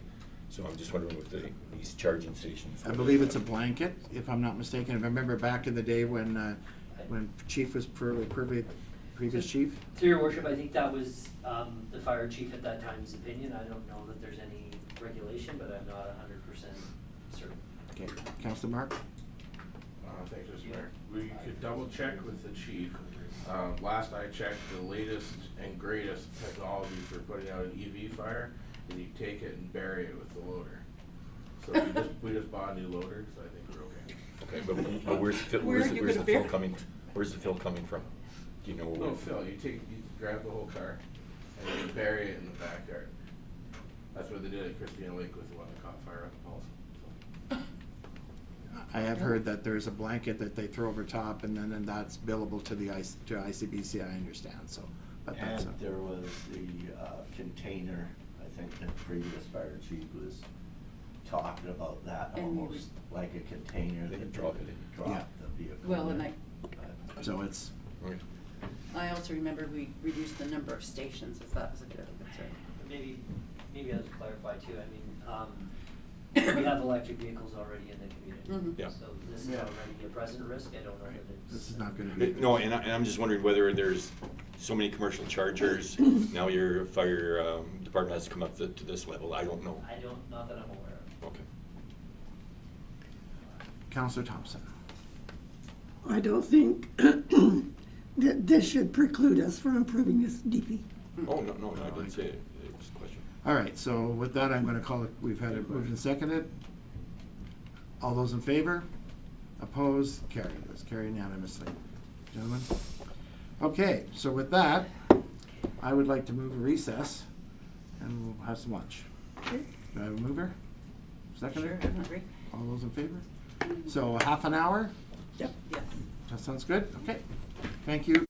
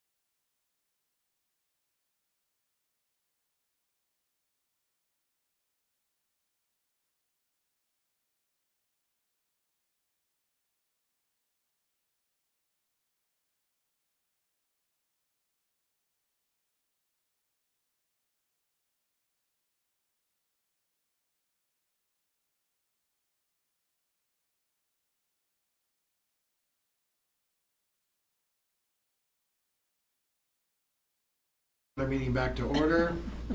We're on recommendations from staff for decisions. So we've looked after area number D. We're started A. Are you leaving again? No. No. Trying to Okay. get it off my head. So the development permit DP 2604, 62nd 81 Street Avenue, subdivision development and planning. The recommendation is that council approves development permit DP 2604 with the subdivision and consolidation of lands located at 6281 81st Street, at 62 81st Avenue. Do I have a mover? And then we can have a discussion. Thank you, Councilor 62 Fleur. and Seconded 66. by Councilor Mark. Okay, so now it's on the floor. Staff, do you have comments, questions from council? Yeah, Okay. so Okay, through go your ahead. worship, just briefly, this is really just the consolidation, and this is the legislated process for it. If they were to build, there would be another DP required for the riparian and for the floodways and all these other DP areas that we have. This is really just consolidation of the lot. Is that anything else you want to add? That's it. Okay, questions? Councilor Zelinski. So just to confirm that, what I'm reading is basically start with 2 lots and end with 2 lots. Yeah. Okay. Okay, Yeah. any other questions? Seeing none, I'll call the question. All those in favor? Opposed? Carried. Thank you, council. Number B,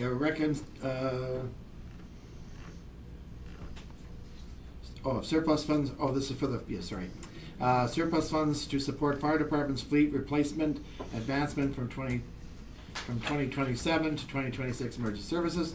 The recommendation is that council approves the relocation of restricted proceeds from the sale of the surplus fire apparatus to capital project F12601 for the purchase of the fire department command vehicle, and that council approve the relocation of the unexpended surplus funds from capital project F12603 diesel exhaust system to capital project F12601, and that council amend the 2026 capital budget to include capital projects F12601, applying $80,000 approved to the 2026 financial plan to transfer to equivalent reserves together with the approved reallocation noted above, and authorize the purchase of a fire department command vehicle under that project, and further,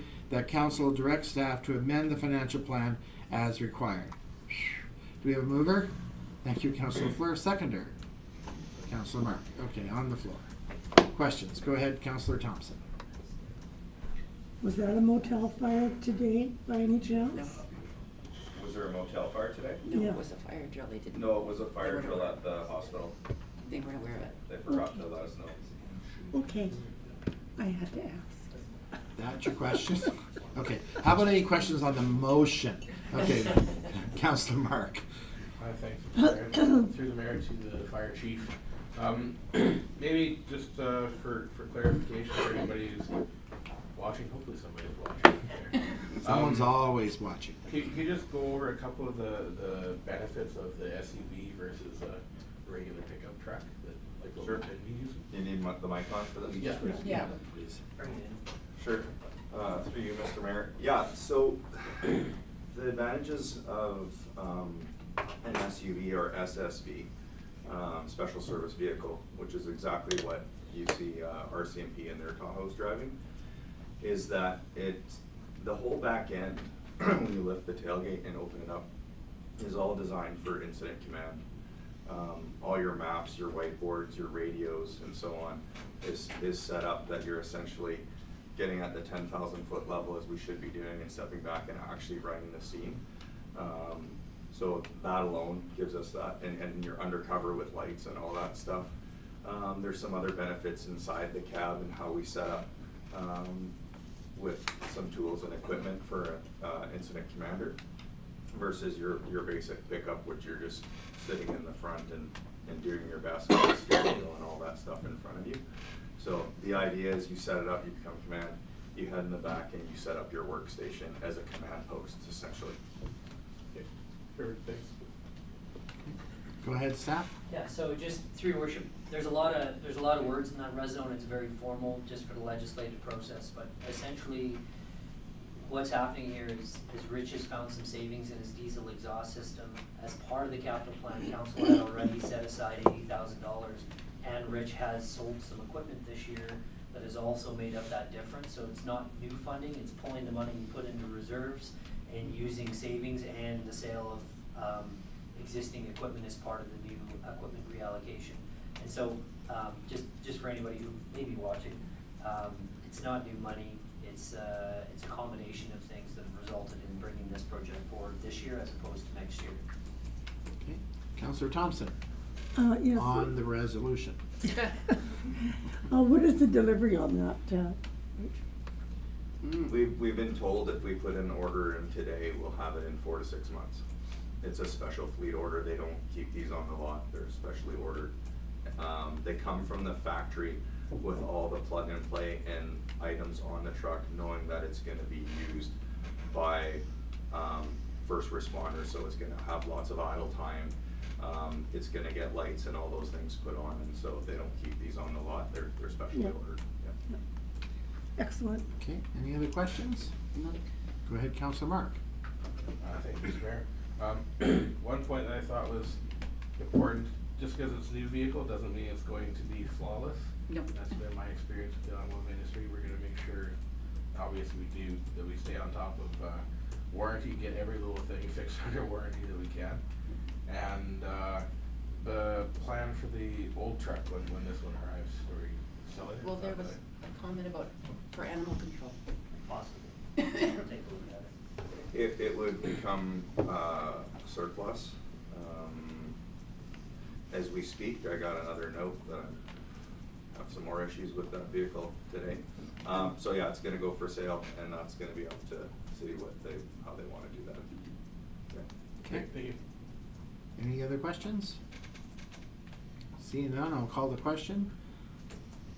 Duly moved and seconded. All those in favor? Opposed? Carried. Thank you, council. Thank you, Fire Thank Chief. you, everybody. Appreciate it. Appreciate you. Okay, take care. Have a good afternoon. Yeah, you too. May your radios be quiet. Okay, so moving along, temporary use permit, TUP 2503, 179 Yeah, we don't want it. Central Avenue fruit stand. The recommendation is that council approve temporary use permit number TUP 2503, valid from May 4th, 2026 to March 31st, 2027, to allow for seasonal fruit stand operation at the location at 179 Central Avenue. Can I have a mover, please? Thank you, Councillor Mark, seconded by Councillor Thompson. Okay, questions? This is for a year. Councillor Zelinski? Thank you, Mr. Mayor. I was surprised when I read this comment that a temporary use like this is not approved in our core commercial. That bothers me, I guess, but I don't know why. But I would like to, I support the idea, I support the development. I'd like to change your agreement a little bit. And my concern is the parking lot. Throughout the agreement, we say no alterations, and sounds like we're preventing the guy from grading his parking lot, which I don't think is a smart thing, I guess. So in your temporary use development permit, and through all this stuff here, I'll try and get to the right page, I Is it map up there, Councillor? Is that? I am on my page 69. No, keep going. So is there an area on this map that you're concerned with the layout? No.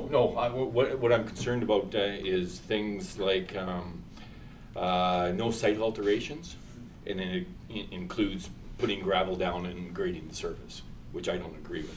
I think if they should grade it, gravel it, make it sound, but to tell them that they can't put equipment on there to make the site a better site, I don't agree with. Okay. So I'm on the actual agreement in number D, structures and site alterations. It says, no permanent structures, foundations, excavations, grading, or other site alterations are permitted. And I'd like to eliminate that grading or other site alterations, because even through the agreement, we asked them to put bike stands, we asked them to put shrubbery and whatnot. And I think they should make a site that, in fact, they're required to make a site that drains accordingly. Go ahead, staff. Sure. Yeah. So first of all, your first comment regarding retail, core commercial, Yeah. if it were a structure and not a tent, then it would be permitted, but because they're doing it as a temporary, kind of like vending, that's why you have the TUP in front of you. It's a temporary use, it's not a permitted primary use of the property. Yeah, and so me, that told me that if I own a lot downtown here and it's a bare lot, I can't pull my food truck on there and start selling food, because that's a temporary thing. Similarly, if you have a residential lot, you can't live in an RV on it, right? So it's not the accepted primary use of that property. Well, commercial is commercial. Like you put a food truck on a core commercial empty lot, it seems, and we were going to say no. Then Yeah. people argue, why should I pay taxes on my And restaurant business- when this guy doesn't pay taxes? He does. He owns a lot. It's Yeah, just I mean, empty. he pays on the lot, not on a $2 million building. Yeah. Anyway, that was You a can make comment. that change if Yeah, no, you it was allow it was a that comment. I use. was just surprised to be enlightened that way. Yeah, So. and that's a council Yep, zoning, yep. and you have the ability to change that. As far as the grading, and I'll start, and Dolores can correct me, I think you're referring to grader, and we're talking about site grading and water runoff, and ensuring that they don't build their lot up a foot and all the water pours off into the buildings from a rainstorm, et cetera, or pools against it, and so I think that's what we're referring to grading, but I'll pass it on to Dolores. Yeah, that would be correct. So if council required them to do an improvement, such as site grading and putting down gravel, that could be included as part of a temporary use permit. But we've got, a parking lot right across the street that doesn't have anything on it, so I'm not sure if that. Yeah, I guess maybe I'm being misunderstood here. Yeah. If he's got a 3-foot pothole in the middle of his parking lot, and we say, no, you can't grade it or put gravel in it, I think is a problem, and that's the way I'm reading this. And that's not how. Yeah, we could clarify that. Yeah, we can clarify, but that's not the intent. The intent is they can't build the lot up a foot, all the way around and have the water run off or surface water or storm water. As far as fixing a pothole, they are Yeah. capable of managing their Yeah, parking lot. and so I pointed out one clause that I would like to get rid of. Your concern is written in here, the site must be maintained to prevent adverse off-site stormwater impacts, so it is covered. But when I read that bit about no grading or other site alterations, I think they should be able to fill in a pothole. Sure. And that's not, how it's written is not our intent that they can't. I didn't think so, but, Change it. okay. I want to be careful about taking off. Councillor Studley? Yeah, I was thinking maybe just to clear up that bit, we could put excavation, whatever, outside of maintenance or maintaining. Well, it's, I think it's covered in other places. We've got a section called parking surface and markings. And it says right there, failure to maintain the parking area in compliance with this condition may result in enforcement. So I just think those few words, if we take them out, everything else is still covered. And there was, my interpretations of the reading, other people won't have it. Councillor Mark? By what you said there, Councillor Zelinski, I agree. I think the grading would be the cause of any misinterpretation. I don't think it's necessary in this. Foundations, excavating, or substantial alteration of site grade level would be a better. Great. Yeah. I think that would be better. My point's been made, sir. Okay, Councillor Crog? Yeah, just wondering, there was some talk when we were first looking at it about the visuals and how to stop it from looking trashy. But I'm not really seeing anything in there. It has to do with the signage. I think that's. Yeah, but it's, like even the bins, if you painted the bins, just so that they didn't look like an abandoned crap hole. Staff, I know this conversation has been around the tables. Yep, so through your worship, we can add into the resolution regarding the grading and clarification that they are allowed to maintain their property and fill potholes, add that in. As far as the aesthetics of the property, so we're somewhat limited in the TUP what we can do, so we have the restrictions on signage, we have the fruit displays, we've tried to build as much as we can for beautification. If it came down to tents ripped or blowing, or then we move through the unsightly bylaw in that case. So we've regulated as much as we can through the TUP to ensure that the corridor and that form and character through the corridor is maintained. But the unsightly bylaw would be the other option if we had to. But we're hoping with a 1-year TUP, we'll be able to work very closely with the property owners or the users of the property and we'll address any of those concerns, as it will be coming up in a year again for council's consideration of an extension. Councilor Mark? Thank you, Mr. Mayor. I'm just trying to find it here, but I do believe that both the roads that go through there, one is, actually I think both are just considered city alleyways. They're gravel, dirt. Dust control, I can see being an issue. Do we have a plan in place for that? Staff? You know the answer. I mean, in short, we're responsible for our alleyways and our roads, and they would be responsible for their property. Okay. Councilor Zelinski? Do we have any way of a business owner like this contracting the city to put dust control on our alleyways? So charging them? Yeah. I'd have to look at the legislation. I don't believe we can pick one property and say you're now responsible. However, I know there is some language within the legislation. If there's a particular industry that is causing damage to a road, I know there is a way to levy a charge in order, and it might even be through bylaw, to recoup costs of repairing that road, but I don't know if dust control falls under the same legislation. Yeah, no, what I'm thinking about is, especially in rural communities, dusty roads are always a problem, right? So the homeowner always usually has a way to contract back to the county or anything for dust control product on his section of road, whether it's 100 meters up and down the driveway type thing. Do we have any method to that if so, you know, if dust is a problem here? So we have nothing formal. If you know, we have nothing formal. However, we do custom work orders, and there may be an opportunity where if there were a group of businesses that wanted it addressed, that they could together pay for a custom, you know, order to do it more frequently than we typically do already. That would probably be your avenue. So that the answer is yes. There's always a way if they were looking for it, but we can't force it on them. Do we buy any lignal sulfate, any dust control product for city use? I'd have to ask Alex. I'm not 100%. Yeah, I haven't seen it, so okay. Thanks.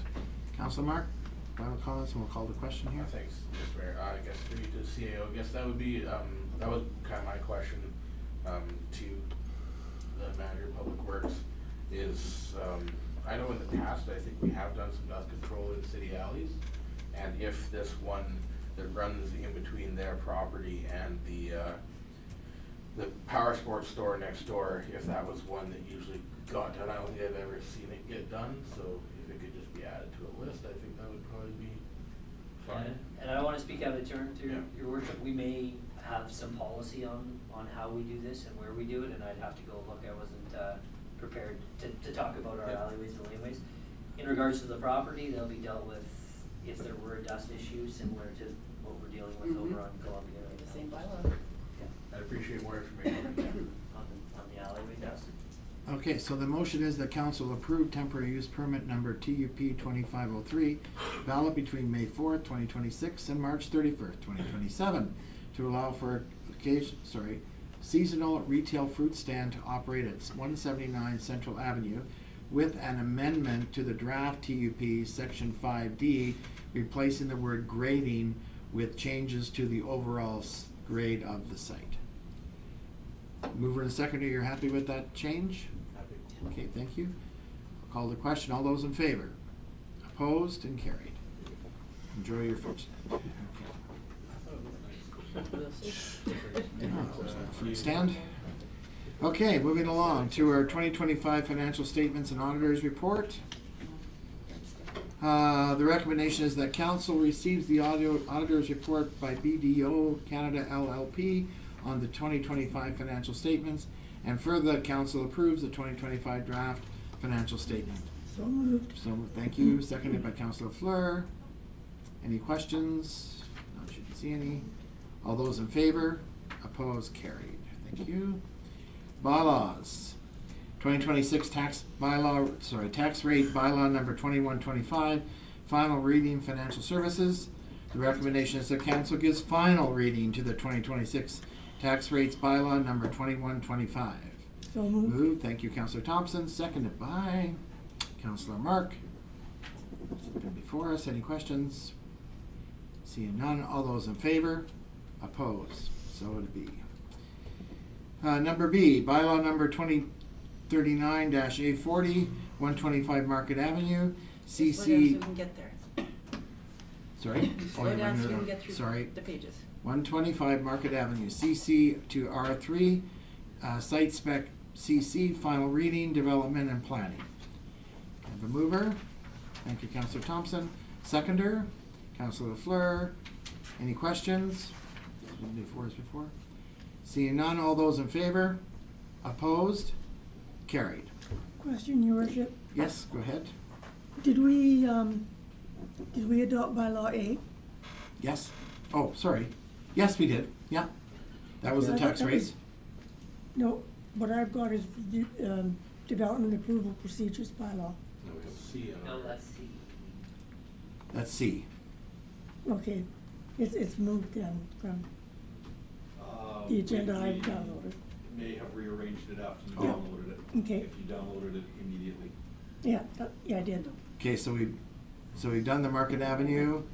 Now we're at development approval procedure, DAP 2601, bylaw number 2123, first, second, and third readings. Development and planning, sorry.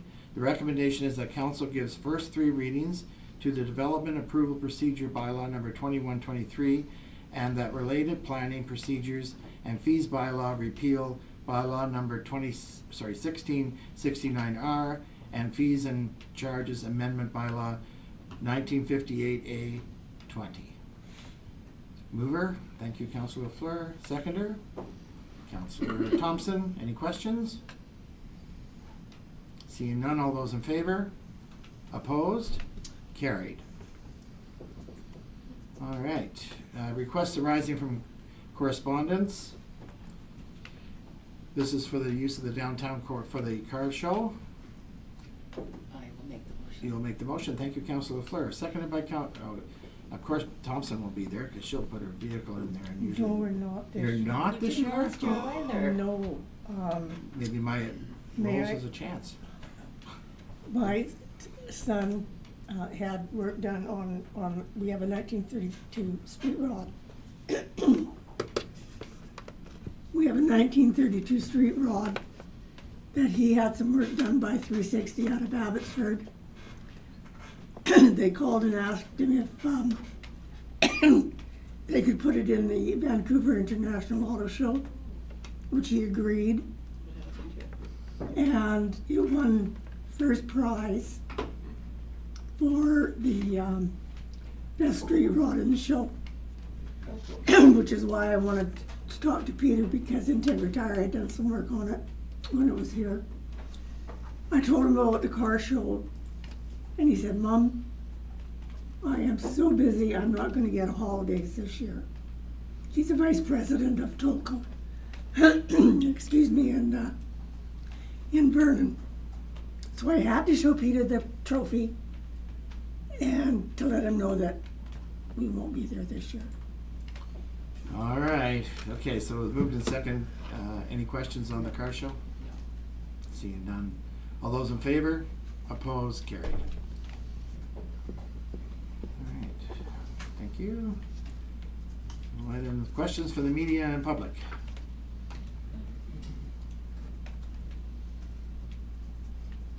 Nothing's come in by email, so just anything from the gallery.